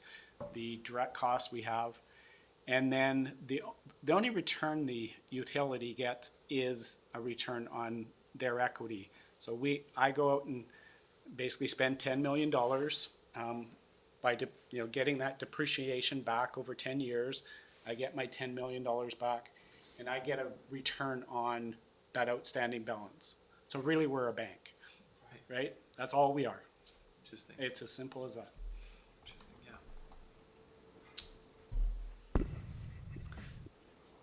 Yeah. So anyways, that is kind of the status of the COSA and the 2023 application. I think Nathan and Scott will touch more as well as to where these numbers come from and what are the drivers in the budget. I will just, in the interest of time, keep going here and moving off the subject of the 2023 application and the COSA. Just a quick look at other filings that we have planned. I believe Council is aware, as we've talked about this one in the past, we are intending to update the Hydro Services bylaw. The Hydro Services bylaw is essentially the terms and conditions that we use with both rural and urban customers. Because the Nelson Hydro is part of the municipality, it is in the form of a bylaw, which oftentimes I believe we've tried to explain this before to the commission staff and the public. So essentially, it is the terms and conditions of service. It includes all types of things. Well, first of all, we put our rate pages in there as part of that bylaw, but it also includes connection costs or disconnection costs or late fees or deposits, and addresses all those types of things. And so that bylaw was first created in 2012. So as you can imagine, a lot has changed over the past 10 years. So the intention is to update it to more accurately reflect how the utility operates now. Some of those changes will be with regards to more modern aspects of the utility, such as the net metering, the independent power producers, EV chargers, industrial computing, and street lighting. We've also had some input from some of the tenants and landlords in town that some of the aspects of the bylaw that address how electricity is provided to a tenant household may need to be clarified. So we've taken that into account as well. So it's been in the works for some time. We had hoped to file that application last summer. We did speak again with the Utility Commission staff about this application, and they did advise that we should wait until after the COSA was completed. I would agree with them as well. It tends to be more hectic when we have 3 applications going on, and oftentimes too it's confusing for the public. So we are hoping to kick that off in the spring of 2023. A lot of the work has already been done, and obviously in advance of filing any application, we will come back to council with a more full presentation on what those changes are looking like. Okay, I just had a question going back to the EV charger. Oh, sorry. Yeah. For Scott probably. As an example, I see Canadian Tires putting a whole bank of chargers in Castlegar. Would we, like in our conversations around new charging opportunities for people, would we like to push that off onto the private sector and see, like, say, a Safeway or the Superstore? Why wouldn't you build the chargers and leave us out of it completely? Yeah, I think that's part of the EV strategy and engaging with other commercial vendors, and it makes way more sense for them. Like, we don't really, get anything, like it doesn't really, do much for Nelson Hydro to put in EV chargers. We're selling the power regardless as to who puts them in. So if it's something that a commercial operation can do that is a customer service benefit for them, then there's more incentive that way. So we'll definitely consider that. And I know, I was on the call with Fortis yesterday on their rate review, and they've made decisions like that too, where they had planned to put in EV chargers. They found out that Canadian Tire put a big EV charger system into Kelowna, in Kelowna, like a kilometer away from where they had theirs planned, and they said, oh, well, we don't need to provide that service. It's already there for the community. Yeah, I think going forward, that's probably something. The other thing was on the multifamily units. Like, in many cases, you have to deal with strata councils if you're retrofitting, as an example. Whereas up front, we probably can do as we've done in the past and make them EV ready, which makes nothing but sense, especially for condo developments. But how would you see yourself navigating that? Interestingly enough, we have had a number of strata councils contact us and asking for information about EV chargers, and we've been trying to refer them to good sources and things like that. So I think there are those who are being proactive with their tenants and trying to make sure that they have those available.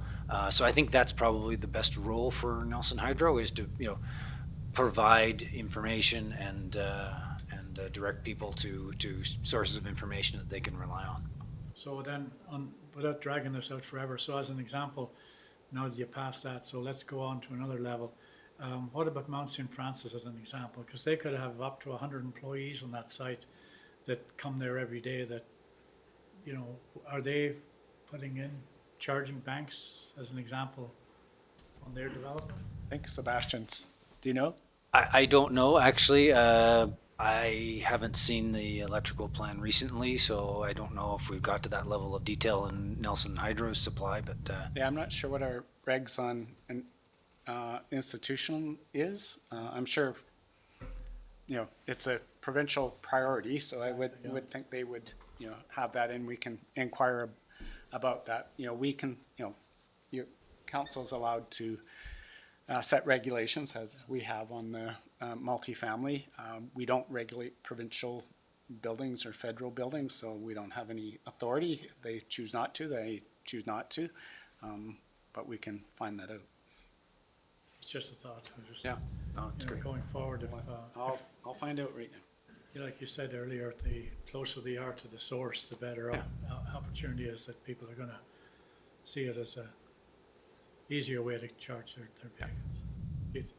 Just to build on that, I think what's interesting about those kinds of regulations and the shifting of that demand that comes in the middle of the day, especially when bringing things like solar online, is that you don't need that higher level charging infrastructure at every spot. Like, for a lot of times, you need a traditional winterized outdoor bank of normal 120 plugs for people.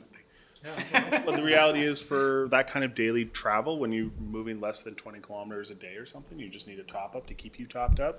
You don't need a level 2, level 3 if you've always got a plug at a parking spot, or that parking spot always has a meter, so it's always paid for.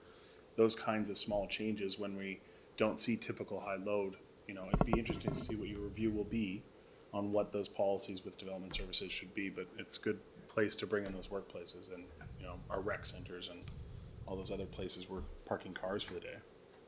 Thank you. They're already there. Thanks, Keith. You're welcome. Okay, and just the last slide that I'm covering is just some of our other regulatory proceedings that we're involved in. And again, so there are 3 up there on the screen, and 2 of those we're participating through BCMEU. So as you may know, we are a part of that is the BC Municipal Electrical Utilities, and the other members of that are municipal partners such as Penticton and Grand Forks and Summerland. And so as a unit, we're able to participate in those proceedings and advocate on the interests of, from the perspective of a municipality. And so the municipal utility inquiry has been going on for quite some time as well. It was disturbed during COVID. I believe they adjourned it for quite some time, and I believe it is moving again. And this really was, they are looking at the municipal exemption that is found in the Utilities Commission Act, but my understanding is that the focus has always been on looking at how some municipalities are structuring certain things like district energy systems, and there's been no discussion of, I think, narrowing the exemption as it relates to, for example, a Nelson Hydro. But we do participate in that through BCMEU. The generic cost of capital proceeding is ongoing as well. This is the proceeding that's used to set the benchmark rate for the rate of return. There's 2 phases to it. Right now, it's still in phase 1. They've been going through a lot of evidence that's been submitted by staff and some of the bigger players like Fortis. They are having in-person hearings in Vancouver, I believe in November. We've been participating. We were asked to participate. It's been quite a limited role in phase 1. I expect in phase 2 we might be able to participate in a more meaningful way, as the commission did indicate they would look at the rate of return for a municipality separate, I believe, from kind of the benchmark rate, and that actually may provide a great opportunity for us to, again, revisit some of these cost of capital issues that we weren't satisfied with in terms of how they were treated in the COSA application. And then the last one up there is just the Fortis BC rate review, which is ongoing right now. Again, we participate through BCMEU. I know they had a workshop this week, and Scott attended as well. And so again, this is just through the process through which the Fortis rate is set, which obviously is important to all the municipalities, given that we are all power purchases from Fortis. Thanks very much. Yeah, thank you. Gabe. I just heard from the project manager from IH, there are no EV chargers planned. It's like, there are no EV chargers? Wow. It is kind of ridiculous given that people are commuting from potentially Well, it's Castlegar ridiculous and Selma. considering that it's a government body. Yeah. And they're promoting clean BC and the whole 9 yards. You'd think it'd be automatic. Yeah. No, but that's something we can think about for the city. Sure. Consider. Okay, so Mr. Mayor, I see we're past time now, and I just wanted to check in. We do have a couple more sections here that we were planning on covering. Wanted to. Did you want to do it at another time, or We have to get this, do we have to get this done today, or we have to get the financial side of it done today. Yeah, it's. the front end? That's your ETA. What do you expect? Can we, is it okay to shift to the financial? I think we did this last time to you, right? Yeah, You had to yeah, come back yeah, and do your no worries, presentation. yeah. We did the financial side. Well, we can live with our closing remarks. Unless they're mine, of course. Okay.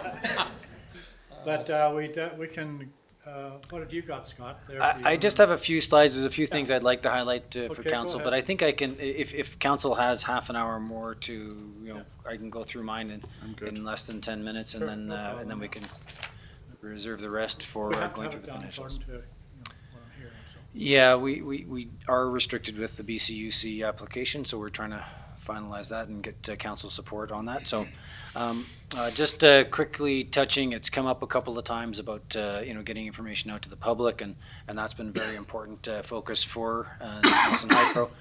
We have good uptake on our online portal. That's been going very well. We've been working with Voyant Alert, which, if you remember, is our emergency notification system, and expecting them to have their new version rolled out here any day now. It's been a while, but we're ready to go with our planned outage notification that will allow us to target just the customers that are going to be impacted for outages. That's something that we're getting feedback from customers that they would like to have, rather than just sandwich boards and other notices in the paper and things like that. So it's going to improve our communications. And a part of the improved communications is I have engaged Tamarack Media to develop a communication strategy for Nelson Hydro. I asked them to take a look at our 5-year outlook and where we want to be in 5 years, and the kind of image that we want to project to the community. And they've been doing a great job. They started off with a survey, completed that this summer, and it gave us some really good feedback in terms of where our priorities should be. People are clearly interested in what's happening with the rates. They're interested in hearing about outages, but they're also very interested in hearing more about the heritage and history of Nelson Hydro, as well as the projects and activities that we have going on. So that is in place now. They've established Nelson Hydro Facebook page and Instagram account, and we're putting out two messages a week. Is what we've got in the plan to try and help people just be familiar with the types of things and get information about how rates are made. And the latest push, we've been doing a lot of education around vegetation management, and we'll continue throughout 2023 with those. We did, as part of that, ask them to take a look at our brand. They have refreshed our brand a little bit, and partly because the new digital online platforms require different forms and formats, and we wanted to have some flexibility in the look and feel that people were seeing on the online. And so these are the new brands. You can see some slight tweaks from the existing, but still maintaining that sort of traditional bullet bullseye look of Nelson Hydro, but refreshed into cleaner fonts. Some of the applications that these can be used on are shown in this diagram here to give you a sense for the type of things that we're looking at moving forward with in communication. So going forward into 2023, we've now got a clear plan as to where we're going. We want to implement that, increase our social media presence and the content. And assuming that the planned outage notifications through Voyant Alert go well, we'd like to expand that to include notifications of vegetation management, so that customers are aware that something's happening in their community and can ask questions if necessary, as well as eventually we'd like to get to the point where we're advertising unplanned outages, so that communicating that information, like we know there's a power outage in this area, this is what's happening, and so getting that out in social media on a consistent basis through that new tool. The City of Nelson is got plans to upgrade its website in 2023, so we would like to piggyback on that and improve the Nelson Hydro web pages. And of course, we're going to continue to promote our online account portal and make sure that people are being able to pay conveniently online. So from my perspective, we've talked a little bit about how there's been fewer storms, and the regulatory has been a real burden in 2021, and 2022 up until recently has been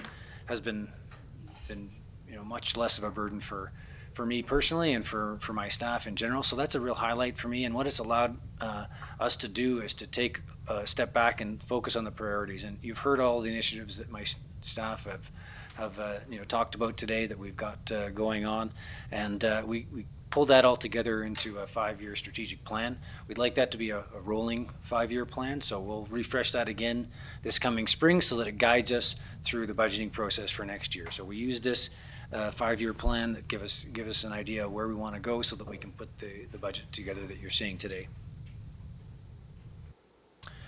Just a quick summary. This doesn't look too much different than the last time you showed it. Essentially, we're still showing slightly higher in our revenues. That is pretty aligned with the load, so because our power purchases are slightly higher than what they have been.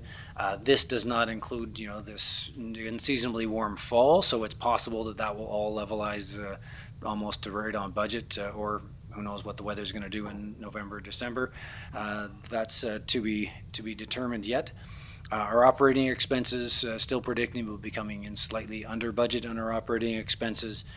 Capital, as Neil had indicated, we were predicting we were going to come significantly under on our capital for 2022, but with the pole replacements, we've added some or shifted funds around so that he could make that project finish in 2022. 2022, so we're going to be just slightly under budget for capital for the year. So it means that instead of drawing $1.5 million out of our capital reserve, which was what our budget was, we're likely only going to be taking about $1 million out. So in general, sort of more positive than we had planned for the fiscal year with what we know so far. Weather and other events still permitting. So I've been working on a few other items. The legal wheels turn slowly. Council gave me the approval to move forward with a notice of arbitration to BC Hydro on our water rights agreement. We're still working on that. We have a lawyer engaged who's putting that together for us. They've completed some due diligence and support what we've put together. So now we're going through that process. I'm embarrassed to say the TELUS joint use agreement is kind of back to where we were a year ago when I presented. We thought we were ready to sign in December of 2021, and then they pulled way back and said, "Oh, wait a second, we're not getting enough for our money because we don't use as much of the poles as you do." So I've talked them back around, and we're back to where we were a year ago, but it's sitting with their lawyers to see if they will agree to that. So hopefully we'll get that resolved. As you remember, we've got almost 4,000 poles that we share with TELUS, and we're looking to increase the maintenance fees that they pay us to keep those free of vegetation and repair them and those sorts of things. That's a renewed agreement, right? That's a renewal of the 1984 agreement. But we're still getting paid for the 1984. We're still getting paid at $6 a pole for maintenance, and so we've negotiated significantly higher rates than what the current agreement is, but it's been a painful delay because we got another year of low fees. So yeah, but we'll get there. We will eventually get there, as we did with Fortis BC. So last year, remember, I reported that we'd signed a 6-year agreement, but it was retroactive to 2017 because it had taken that long to get it signed. So it's going to expire at the end of this year. So we've already got a signed agreement with Fortis for the next 5 years, starting in January. So that's the yeah, we're getting there. Both Jillian and Neil talked about our joint reliability continuous improvement committee. They've done a great job, worked very closely with Fortis over the past year, and you've seen the statistics. I don't think I need to go into all the details that are there, but they have got some good dialogue going, and we've now transitioned that initiative into an operations mode. So it's sustaining. So we now have regular meetings set up, an annual review of our reliability statistic with our senior management, and refreshing our joint operating order on a regular basis to make sure that we're working the most efficiently possible to get our customers back online. Part of that was a look at mutual aid, and we've been discussing that with the BC municipal utilities as well.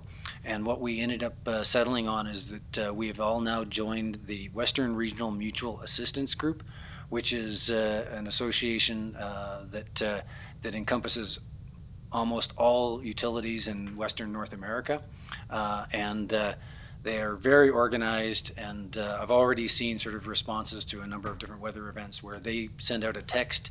Myself and Neil get that text. It's unlikely that Nelson Hydro is going to rush down to Southern California to help them with a forest fire restoration, but we now have access to all those utilities if we need support. BC Hydro, Fortis, ATCO in Alberta, all the major utilities as well as the municipal utilities are all now signed on for that. So if we do have a major event, we have very easy access to assistance if necessary. Okay, just to touch base on a couple of items, Council had asked us to take a look at the alternatives should the COSA not be approved. The Fortis BC conducted a number of due diligence through 2022. We finally received a letter on July 19th, coincidentally the same day as the BCUC approved our COSA, to say that the purchase of Nelson Hydro's rural distribution assets is not practicable. So we've kind of let that sit, Haven't had any more engagement with them since that time. We also haven't been doing any more work on a restructuring of Nelson Hydro in terms of establishing, one or more municipal corporations. It's still something that we would like to consider because it may help clarify things, but for now, we've been focusing our resources on the COSA and the other operations. So we'll pick that up once we kind of have a final decision on the COSA as to where we're at with that, and if there's still some interest in trying to restructure Nelson Hydro into something that might be easier to manage or at least report to for the BCUC. Okay, so I'm going to turn it over to Nathan, who's done a great job of putting together a budget and rates, and this is the main event. So everything that you've heard so far, all of that information has gone to Nathan, and he has compiled it into a number of graphs to try and help you understand sort of where we're at with our budgets and what we think we need to do with rates. Okay. So Nathan's been here 2 weeks. No. Yeah. So being relatively new, and this is my first presentation to council, I was thinking this morning as I was preparing how to address you, and I was going to say good morning, Mayor and Council, but I noticed that I'm way off on timing. So good afternoon, Mayor and Council. Good evening. Yeah, almost good evening. But thanks for the introduction, Scott. I definitely can't take credit for this myself. I've had lots of support along the way, but let's get into it. So I'm going to present three components to my presentation. The first one being a budget cost component, kind of comparing 2022 versus 2023. And then the second part being discussing the hydro rate increase recommendation. We have three scenarios to present to you, the last one being the recommended scenario. And finally, a quick hydro rate comparison. So we'll see how Nelson Hydro rates compare to BC Hydro and Fortis BC. So first off, so we'll jump into a budget comparison. So on the left-hand side, we have our O&M, so operation and maintenance bucket, let's call it. Then our capital expenses in the middle, and then our total budget on the right-hand side. I want to draw your attention to the dark blue bar and then the white bar. That'll be the comparison between 2022. Are we supposed to be lying on the couch when we were reading this thing? Well, you can. I guess the important number, the numbers at the top, the differential percentage or the increase between last year's budget and this year's. But I can read off the numbers so you don't have to lay down though. So starting from the left, our O&M cost, we budgeted 13.9 million last year, and we're budgeting 14.1 million this year. So that's an increase well under inflation at 1.6%. I will dig into a little bit more detail on that on the next slide. And then moving to the middle, our capital budget. So last year we budgeted 4.3 million, and this year we're budgeting about 5.3 million. So that's a difference of just over 20% year over year. And so then if you stack your O&M and then your capital budget together, you get your total budget for expenses on the right-hand side. So last year we budgeted 18.2 million, almost 18.3 million, and this year we're budgeting 19.4 million. And that's an increase of 6.4% year over year. Getting to a little bit more detail on what's comprised in the O&M, again, operations and maintenance costs. As you can see, the largest component of that is our power purchases on the left-hand side. And just as a reminder, about half of our power is generated and half of our power is purchased from Fortis BC. We are at the mercy of their rate increases, and as we presented last time in council, a few months ago, they determined a 3.99% rate increase for their utility. So that's a direct correlation on why the 2023 budget in white is higher for our power purchases. So that represents about $400,000 in extra costs for us. Scott, I don't want to throw us off track, or Nathan, but you shared some additional information today. Yeah, I can share that. So yesterday on the call, it was the Fortis BC annual rate review. They have a multi-year rate plan, so they just do a review and they look at exceptions to their budget and how much they want to increase. So basically, them presenting like I am today, or we are today, on their rate increase of 3.99%. But the BCMU, in our review of that, picked up that they were only asking for an interim rate. So we asked during the proceedings why they were only asking for an interim rate. And the response was a bit troubling to us, because why they are only asking for interim is because they are also the benchmark utility in the generic cost of capital proceedings that we are also monitoring, that Nelson Hydro is part of. And they have said that they don't want to make the rates permanent until the results of the generic cost of capital are completed, because they're currently expecting that the BCUC is going to approve a 5.9% increase as a part of their generic cost of capital proceeding. They did clarify that that is a total increase. It's not cumulative, so it's not 3.99 plus 5.9, so almost 10% increase. It's actually just the 5.9, but there is a risk, and I'm hoping it's small, because the BCMEU's position, and I think some of the other interveners that were on the call were, it was clear that it was a bit of a surprise to everyone that that's what their intention was. So we will be putting forward to the BCUC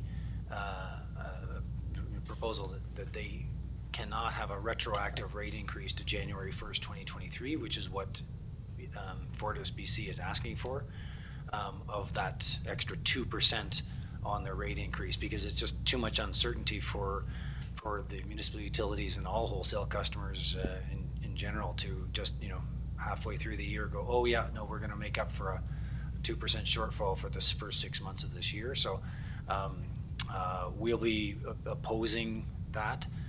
And part of the justification is that in the decision by the BCUC on Nelson Hydro's cost of service, they specifically said that we would not be able to retroactively make any of the rate increases that are a result of the COSA retroactive, and that we could only make rate increases on the 1st of January of each year. So basically, if we didn't have, the rate increase on January 1st, 2023, that it would have to wait till January 1st, 2024.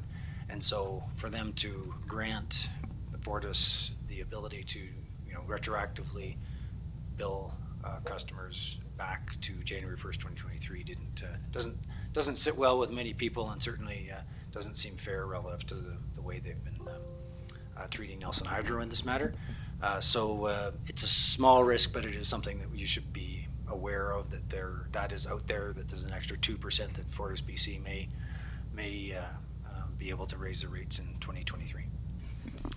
And just on that, as interest rates have gone up substantially, basically your equity rate is based on what that long-term interest rate. You can earn a premium on equity versus interest. So you are going to see all these utilities, regulated utilities, their generic cost of capital is going to go up. It's based right now at like 2 or 3% borrowing rates, not 6 or 7% borrowing rates. So that is going to be a cost pressure across the whole thing. And again, our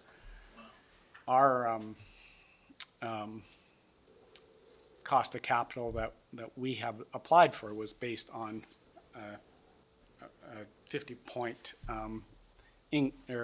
premium on Fortis's, so that will put make our equity or cost of capital higher as well if this goes through. So there's some compounding effects here. Likely, hopefully not affecting 2023, but they can't go out to the market and borrow at the rates that they could in the past, right? Okay, thank you. So moving on to distribution rural, which is the next bucket here in our O&M budget. you can see a reduction of $550,000 over last year's budget. That's a direct response to the major storm reserve that we intend to establish.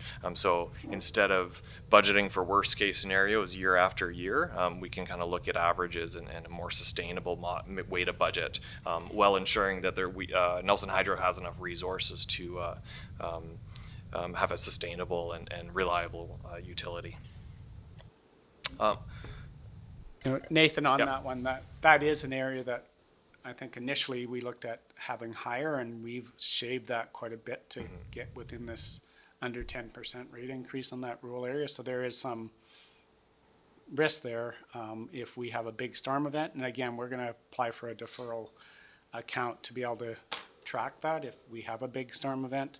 So the idea is to build this up over, hopefully we have some lesser years like this year, and this year obviously doesn't count because we didn't have that in place for this year, but in future years we're hoping we are fortunate enough we don't get hit with a big storm event over the next 2 or 3 years, so we can build that up to, you know, to equalize that. If that doesn't happen, then it will go into a negative and we'll have to recoup it over time.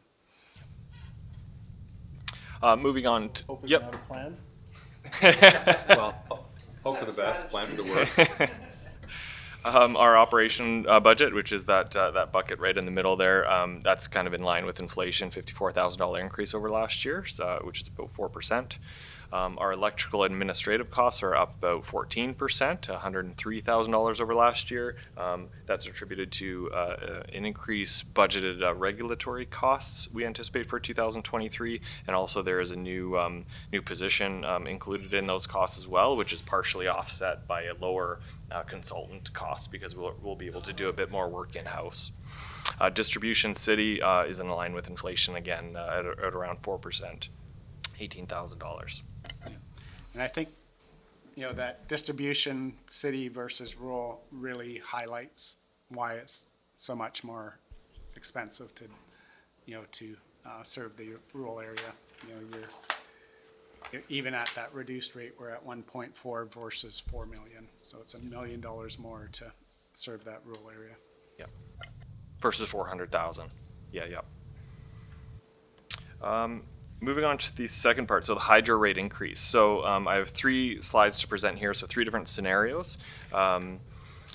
This first scenario is I'm calling COSA as provided. So this is the work that we got back from Intergroup, our third-party consultant who helped create this model, using the COSA model for both urban and rural. And so we didn't do any alterations here, so we just kind of wanted to present what that would look like. So in this scenario, you have a rural rate increase, the one that Gabe pointed out earlier, 9.87%. That in all 3 scenarios, that rate will remain constant. However, there's an urban rate increase of 8.8%, and then a dividend which is based on a return on equity that Kevin spoke to earlier. So as you can see in this scenario, I guess the key thing to look at is your reserve balance. So that yellow line that goes into time going on the right-hand side. So ideally, you want to keep that reserve balance between the dotted blue line, the top and bottom band, which is our capital reserve target zone between 4 million and 9 million.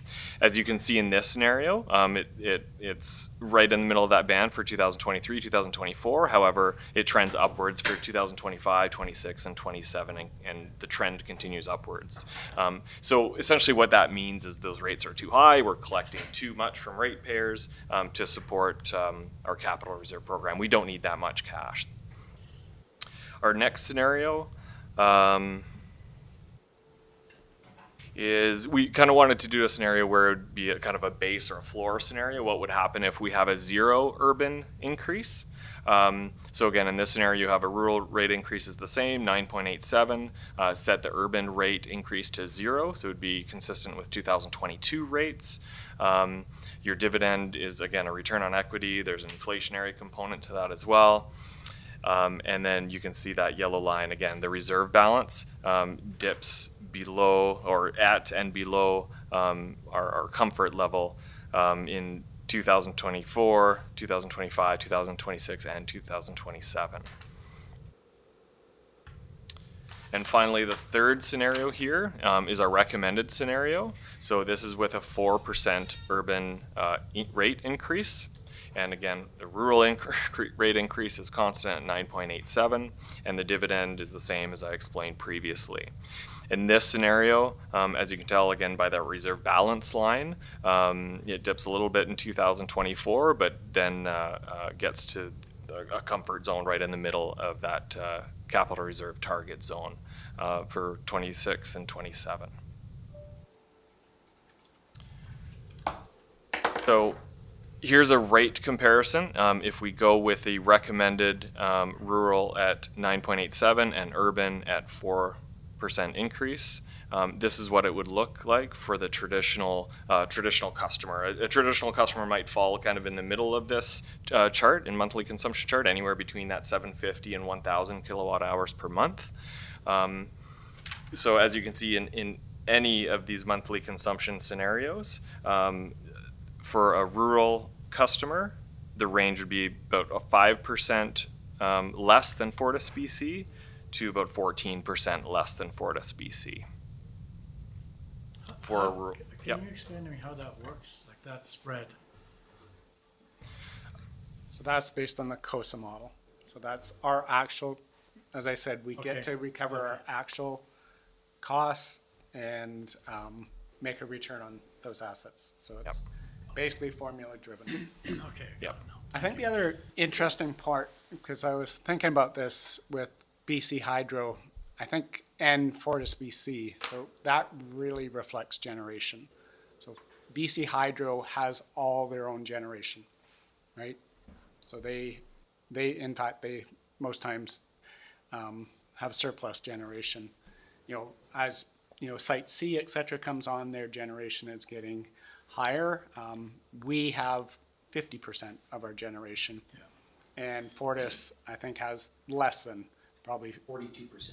right? So I think that really reflects that historical generating assets that each of the utilities have. You know, BC Hydro has all those legacy hydro generation plants from the 60s and 70s, and that's reflected in the rates. We have our generation, but it's getting diluted as we get more and more customers on, and we're buying more and more power. And Fortis is the same thing. They got limited generation and or had to bring on higher cost generation like Juanita or whatever. So I think all those things factor in. It's really generation that's I think driving those rate differentials between the three utilities. And that's why, you know, in our COSA, you know, if that generation, you know, as council believes should reside with the city as the, you know, as that heritage builder of that generation, that's why our generation, I don't think we had generation on those lists of costs. Our generation is so much less than our, you know, that same, if you looked at power purchase costs at the 8 million or 7 million, and our generation, did it even make the list here? I didn't see it there, but it's. Don't cost of generation separately, but our generation costs are around 1 cent per kilowatt hour as opposed to 5 cents per kilowatt Right. hour. A fifth of the Yeah. of that total would be a good approximation of what our generation costs are. Yeah. And the other thing on the 9.87%, I think we're 4 or 5% of is additional cost for this year, right? Versus that catch up over the last 3 years. So COSA really only swung that about, you know, 5 or 6% over those 3 years. The 9.87% is a combination of the two. It's not COSA, and it's not, you know, just the cost increase this year. It's the, you know, the accumulation of cost increases over the last 3 years, plus the larger increase for primarily power purchase costs of Fortis this year. is, you know, that's 4% alone, right? What's the, just before you get to you, Keith first and then Jesse. So how will that reflect on the cost per kilowatt? Any wild stabs of that? Like at the end of the day, you know, when you throw numbers out like 2%, 9%, the average. We're at 11% right now, so I don't know, add a Divide that by 1,000. decimal to it, yeah, really. You got 1,000 there, right? Pardon me? So those are 1,000 kilowatts, right? Yeah, yeah. Is, I can't read that number on the side, but $131 a month. 15 cents. Yeah, there you go, so 13 cents a kilowatt. 13 cents, okay, which is, on the whole scheme of things around the world, is pretty, It's still Pretty amongst the reasonable. lowest rates in North America. Yeah. North American rates are amongst the lowest rates in the world, for sure. thank you very much. So Keith, go ahead. Yeah, picking up on the conversation about the dilution due to generation. When we look at this target range for reserves, one small thing might be there doesn't appear to be any kind of inflationary change in what our target should be over time, which I've seen it for a number of years between 4 and 10, and by now just at 2%, it should be a few extra millions on the top and the bottom. Do we want to have the discussion about being more progressive or aggressive with our capital program and kind of and accepting some of these higher rates that our COSA would envision us doing, but taking that opportunity to also say, looking at those interconnect projects and bringing those up a few more years, looking at the design specs for some of these other projects that are potentials and bring those up a few years or put more budget towards those pieces to start to bring, build out that capital component of it, because it's not going to get any cheaper going forward. And really we're looking at that constant dilution. So it seems to me, we want to have a discussion about being more aggressive about the build out. Yeah, and I appreciate the perspective there, and I feel like we're already being quite aggressive with our capital. If you look, the light blue line is indicating what our capital forecast is for 2022 relative to the dark blue line, which is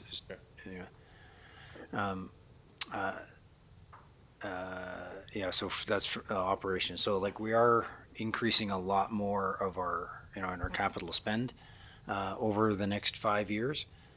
We run into capacity issues and already feel like I'm at the limit, and that's why I'm looking for more resources as part of this budget to help us work through the amount of initiatives and improvements that we've got in terms of modernizing the utility. But I hear your perspective, and there's I would love to be able to do more. I want to balance that with our actual ability to do it. You can look at 2020 and 2021. We underperformed budget to capital, actual sort of in terms of what we had planned to spend, and that's because we just between COVID and resource restraints and everything like that we just couldn't finish the projects that we had planned. I'm expecting that we're going to spend all of our capital this year, and we'll be working towards that going forward. But it is always a risk that you try and bite off more than you can chew, and with the uncertainties of the supply chain, things get dragged out, and so it's challenging. But I do hear that perspective that the better time to spend is probably now as opposed to waiting on some of these initiatives, because then we start to see the benefits sooner. So it's a balance. Yeah. Can I just add the other thing that you need to account for is because of the decision by the Utility Commission, we are increasing our debt. So we need less equity. We're going to bring on more debt. So it's the addition of the two that really drives what our capital program is. So that's why we're moderating what that capital reserve range is as well, because we've been asked to bring on More debt. less costly way to fund our capital, which is debt. But that is one of the narrow scopes that we're asking for reconsideration on, is that debt Yeah, although calculation. we Though we're running with the current? Well, what we asked for was, because we can't retroactively take on more debt, we are saying we will take on more debt as we go forward. We just can't do it retroactively. So, Got it. so we're not saying we won't try to reach that debt to equity ratio on the rural side, but it's going to take us time. And if I could just point out on that graph, if you look at the bottom, the gray bars that go down, so that's the increasing debt. So we're targeting moving towards acquiring rural debt as part of this.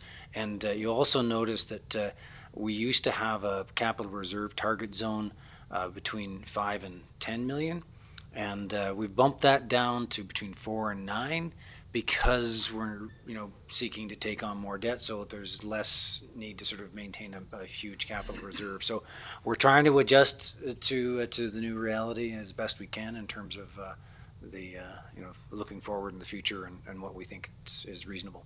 Okay, thanks. Yeah, and the other thing that's worth keeping in mind too is this is only one budget we're dealing with. Yeah.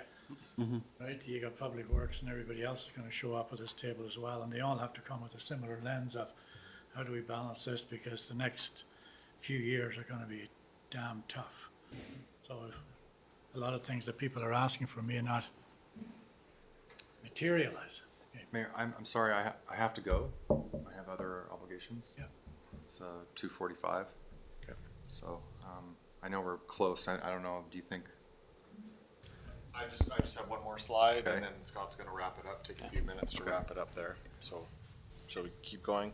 The last slide is just same slide as we saw before, but for urban residential. Just to give you a snapshot on how we compare in urban residential, where the previous slide was rural only. So as you can see, again, you're within this these different scenarios on monthly consumption. Nelson Hydro is still less than Fortis. The range is about 14% in the worst case scenario and 24% below Fortis in the best case scenario here. So. Yeah, one of the, if I may, a couple things. One, pardon if I'm a little slow on this, but I just want to clarify that equity is the asset minus debt, right? And if our return on equity is increasing the debt, that's going to drive down our rates and ultimately the dividend we pay back to the city of Nelson. Should we see, because we haven't seen a chart on what's the expected return to the city of Nelson. Are we going to? The corner. Oh, did we? Was it there? Did I miss it? Dividend inflationary, 3.65 million. And that's the total there? Okay, it's that. Okay, thank you for that.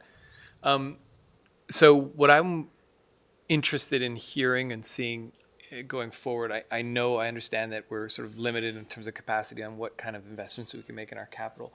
But there are investments we can make on the DSM side that we're not doing, that I'd love to see Nelson Hydro contribute more to that. Like, I think the e-bike program we heard about, expanding it to renters, creating a reserve in which we take a little bit more risk to include renters into the program. I think investments in charging infrastructure and MURBs, maybe providing hiring an outside consultant to provide some supports for MURBs that need to set up charging infrastructure, or other things that will pay a return over time in terms of driving down demand. Ultimately, I think when we talk about us having really clean power, that's true up to a point, right? If we're buying half our power from Fortis in turn buys half its power from the States, from maybe a little bit from BC Hydro, from wherever. Alberta. Ultimately, we're getting dirty power. And so we got to keep that in mind, that this is not clean power. So we should be trying to drive down demand on our power as much as possible, or really considering that. So I'd love to see more on the DSM side. So I think we forward. just need to be careful what the city would fund and what Nelson Hydro funds. Like a EV bike, I don't know if we could really, that reduces vehicle trips, not electricity use. No, it's true. It doesn't quite fit in the DSM, but so we just need to be, and it's through our return that is going to give the city more opportunity on the city side to be able to do those type of programs. So I think it's really on the, I think Nelson Hydro, you have to be really careful that we keep it to a regulated utility. Definitely on the rural side, you have to, there's no option. And I think even on the urban side, I think it's the return we're making, and it's with that return that council then has options of what do you want to do with that return. Fair enough. Right, have some additional programs, and I think you'll do that on the general operating side of the budget, not the Nelson Hydro side. Yeah, of the that makes a lot of sense. Thank you for that. And I, in my mind, always put a lot of our climate programs together and connected to the DSM because I feel like it's a behavior change that we're ultimately trying to trigger. So if people are e-biking or if they're walking, well, then that's 2 steps towards retrofitting your home and considering a broader sort of conservation mindset. So that's just the way I think about it. But like I said, I think there are opportunities that would not necessarily challenge your capacity. But maybe we look at. Yeah, you'll see the other side of it when we. On Tuesday, maybe. Yeah, a little bit of that, and there's some a lot more opportunities, I think, on the general operating the climate team side to, as I said, the CEF grant. That's that's I believe a $2 million program that we're looking to access, and so there's some real upsides on that. The dividend is larger. We're going to be able to take, one of the interesting pieces with this debt to equity ratio, we're carrying that, internally, that additional deemed debt on the city side. We're using our own city's working capital to do that. So that interest on this debt, which is really us carrying that debt, that's going to flow through to the operating side, and it's going to give us some more opportunity on that operating side as well. So that's why that went from 2.9 to almost 3.6, because that sort of this deemed interest is going to flow over on the operating side as well. So so there's some upside on the operating side of this budget. All right. Okay. Thanks for that. Yeah. Thanks, guys. Thanks for those clarifications too. So we're going to lose Jesse here, so. Yeah, but we're asking for support for that recommendation at this point in time, is that right? Yeah, I think at this point, we would like to file with the BCUC with the information we presented to council today, the budget as shown, and with the justifications as described by the Nelson Hydro team. We talked about the storm reserve and our plan to increase rural debt. And the rate increases for rural and urban respectively. So if council's willing to give us the support, I don't know what sort of procedurally we need to have for that, or whether we just need to have it recorded that council has reviewed this and I think we supports should it. have a resolution. And again, just to be clear on the rural side, if you don't like that increase, then we'd have to go back and look at cutting additional costs out of that budget. That's the only way to get it any lesser. We believe we've already cut that to the bone. I'll move the recommendation. Okay. I'll second. Are you grouping them together, or are you separating the rural and the urban? It's up to. You're moving them together? We can move it as a block. I'll move it as a block. I'll move the recommendations Second by as Councillor they're Woodward. laid out here. Any further questions or comments? Hearing none. All in favor? Councillor Morrison, are you opposed, or I guess I'm in. make a decision? You're going to be the mayor here in a few weeks. He's practicing. I'm practicing. I appreciate the reserve. Thank you. That's Thank all you. we need. Yeah. No, I understand completely in terms of the 9.87 for rural and based on the COSA, and I was just looking at the, not that there's much difference between 3 and 4% for our urban customers. So, yeah, I've given this some thought for a couple of days because I knew what these numbers were going to look like. So, I'm happy with the work that the hydro team has put in. So, Yes. yes. Thank you. Carrie. Awesome. thank you very much, everybody. Scott? And thank you very much. I know you didn't And your team, I know they're mostly gone now, but anyway, thanks for a great job on. Stuck it out. Oh, So, yeah. And that was the extent of my closing remarks. I just wanted to reemphasize, I mean, it was a great opportunity for my team to be able to meet council and vice versa. I have a great support. Nelson Hydro is really well served right now with that group, and we're very focused on trying to make it a better utility and better for the community. It's really Thanks very much, great work. Scott. Thanks, Scott. Thank you. I just Yeah, wanna- the sophistication of our staff is impressive. I'm gonna need a motion to close the meeting. So moved. Councillor Page and Councillor Renwick, all in favor? Chris and Gabe, Kevin, thanks very much. Okay. Everybody for. And helping Scott, out you're to using the, Sorry. Is that, I was wondering, I saw that last logo, is that the right?